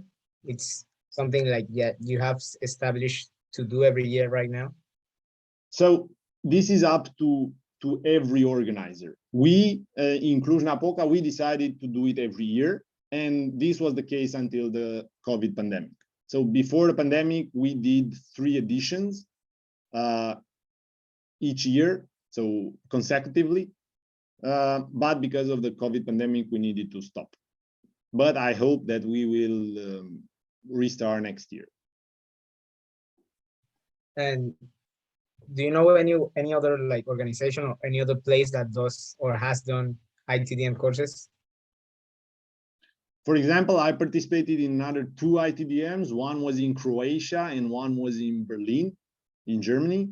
I participated there as an invited trainer. But besides that, there have been a lot of ITDMs around the world there have been many in Germany, in France, in Italy, of course, in Sweden there have been, in Ireland. I don't really know about extra-European, but I'm sure that there were also extra-European ITDMs organized. Yeah, so one was in Egypt, and Nas told us. Okay. Thank you. Any other questions or curiosities? Yeah, Natalie. I'm not sure if it's a question, but like I saw in the videos, the mannequins, the makeup artists, this requires so much resources and the budget. I mean, I just don't see how this might be a like how we can apply this, and how much are we gonna get that much money, that much budget? And okay, so what we've done is we contacted the firefighters right away, right when we thought about organizing an ITDM, and we tried to get them on board, and we succeeded in doing that, on getting them involved. So they provided us with the mannequins free of cost. They provided us with the trucks and with the ambulances that we used and with the advanced medical post. They were just installing them for us and let us, of course, under their supervision, use it. So we didn't buy everything that you saw there. We paid the makeup artist, but it was not a lot. And besides that, some of us also helped at making up, or whatever you correctly spell that, the victims. But what we've done besides that, every participant paid, I think, around 100 euros for accommodation, meals, blah, blah, everything. And besides that, we gathered sponsors. And how? We basically thought, okay, for an, I don't know, IT company, what can we provide them? How can we be useful for them? So what we've done, we realized, okay, we know how to teach first aid. So we taught them, or we teach them first aid, and this is how they gave us money. And through this method of exchange, we teach them and they give us money. We managed to gather around 1,000 or 1,500 euros from 3 different sponsors. So this is how we managed to do it. And this worked for us 3 years. And believe me, Romania is developed and high income, but not super high income country. So it's feasible to do it. And also, it's feasible to do it with less money than we did it. For example, you can provide, you can not, I mean, let me rephrase it. It's not mandatory to provide meals to your students. You can tell them meals are on you. It's not mandatory to provide accommodation to your students. Also, with the simulations, if you organize a proper and good tabletop simulation, and besides that, you try to gather some friends and do a small exercise, it's impactful and learnful enough to be useful. So you don't necessarily need to do such a big thing. Can I ask one more? Of course. Yeah. The tabletop exercises, are these already existing? Like, can you give us the design and we just like print them, or how do we design one? Yeah, I can. We can give you some designs. I can give you the ones that we used in Romania without a problem. But I suggest you to also personalize it yourself. I don't know if you noticed in the video, but we did a map with the Romanian map, and we used Romanian names of the locations and so on, just to make it for the participants like, okay, it's happening here. Make it more realistic. But again, we can share with you some pre-existing models, and you can have it. What we've done also in Romania is that we've printed them on not on normal paper, but on something more like waxed. I don't know if that's the name, but it was more resistant, and we could roll them up and use them 3 years in a row. So we still have them, and we will use the same maps as 3 years ago without a problem. Thank you. No problem. My pleasure. Any other question? Yes, I see your hand up. I'm sorry, sir. I just wanted to ask. So you said that you were invited, like, as a trainer in another ITDM. So, can we also, like, for example, act as trainers at ITDMs organized by other people in other places? Yes, this is basically the only way to organize an ITDM, because there are not many countries that have a lot of TDMT graduates. So in most of the ITDMs, you need to bring someone external. And yes, you will see some calls on Facebook, on IFMSA Facebook, and you may also receive it on your email and in your group. If IFMSA asks us, we can share with you the registration forms, and you can also ask the IFMSA representative to share with you if they have any ITDMs in your region. So you can ask Mahmoud, for example, to share with you on WhatsApp or whatever if they have any calls open. Okay, thank you so much. You're welcome. And when you are invited, you don't receive money, so you will not be paid. But usually the organizers pay for you the accommodation and the transport.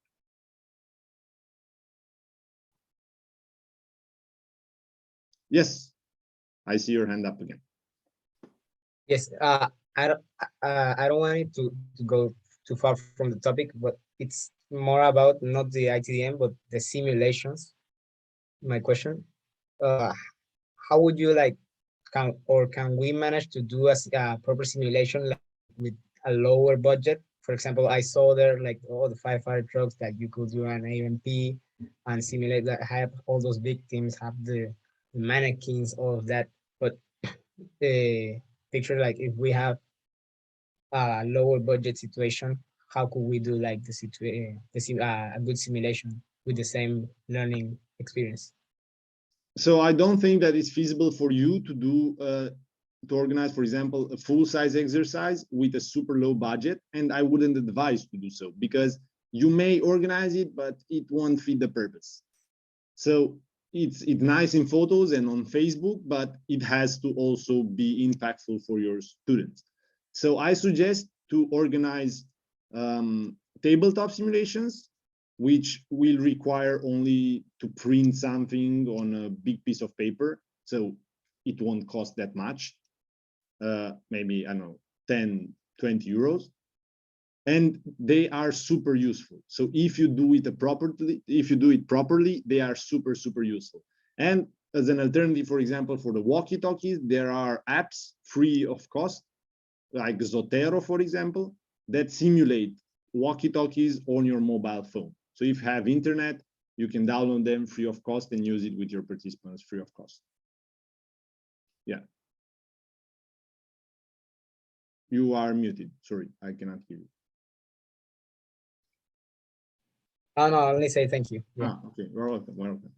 Besides that, you can also do some online simulation like we did, but for this, you really need an interactive group, because if the group is not interacting with you, this won't work compared to face-to-face when they will interact with you, basically. Any other questions? Yes, Natalie. Yeah, I was gonna ask that, like, can we, if let's say the on-ground, we didn't get the budget, and we decided to do the online form, is it possible? Have people done an online ITDM? Because I don't know any online ITDM. So I'm not aware of any online ITDM. If some of you know, then please share, but I don't know any. And I would strongly suggest not to do an online one, because for me, the whole idea of ITDM is simulation, learn, and peer-to-peer personal knowledge sharing. And besides that, the interactions that you have there are awesome. So I think maybe it can be done. I don't know from IFMSA if you can get that approved, but I would suggest not to do it. But again, try to find partners. Try to get your university in, so you don't pay anything for your location. I think that if you go to the local firefighters, they might play in. This depends, of course, on your country. Civil protection, if it's existing in your country, they can also help you. And besides that, try to reach out to TDMT graduates from your region and ask them, how did you do it before, if they've done it? Maybe it won't be from your country, but it will be from countries nearby, and they can help you with ideas. And besides that, if you don't find money at all, you can just do your ITDM a bit smaller with people from your city or from your university only, and maybe 2-3 external ones, and you teach by yourself. And for that, you will only need the money to print the tabletop simulations, which again will be 20-30 euros, so maximum. It's not a lot for 10-20 people.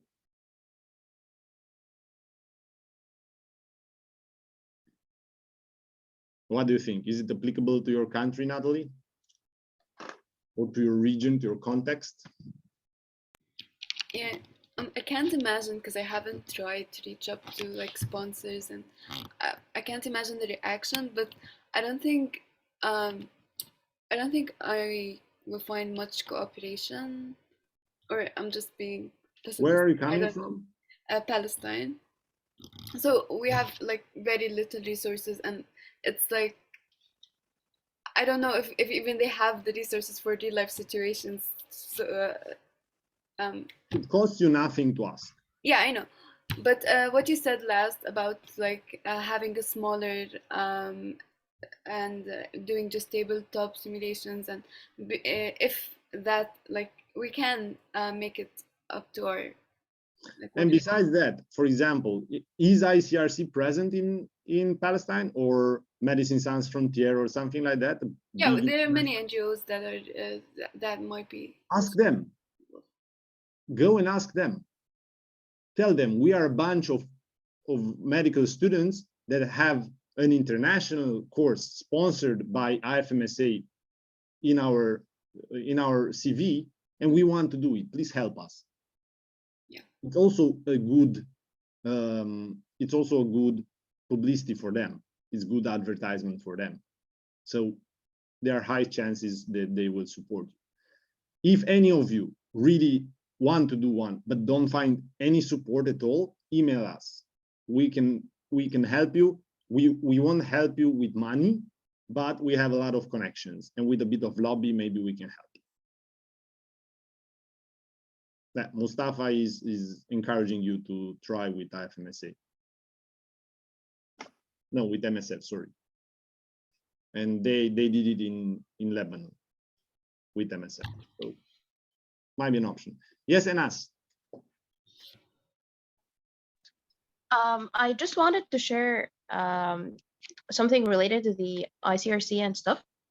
We have in Egypt the Egyptian Resuscitation, the Egyptian Red Crescent, and we asked them to partner with us in an ITDM a couple of months ago, and they were so open for this. They only needed like a place to stay because we had the ITDM very far away from the capital, and it was just fine. So I thought about sharing this. Maybe Natalie will benefit from it.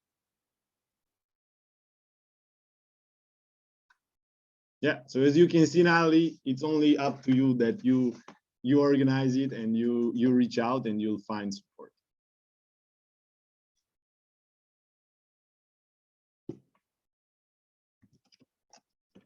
Any other questions?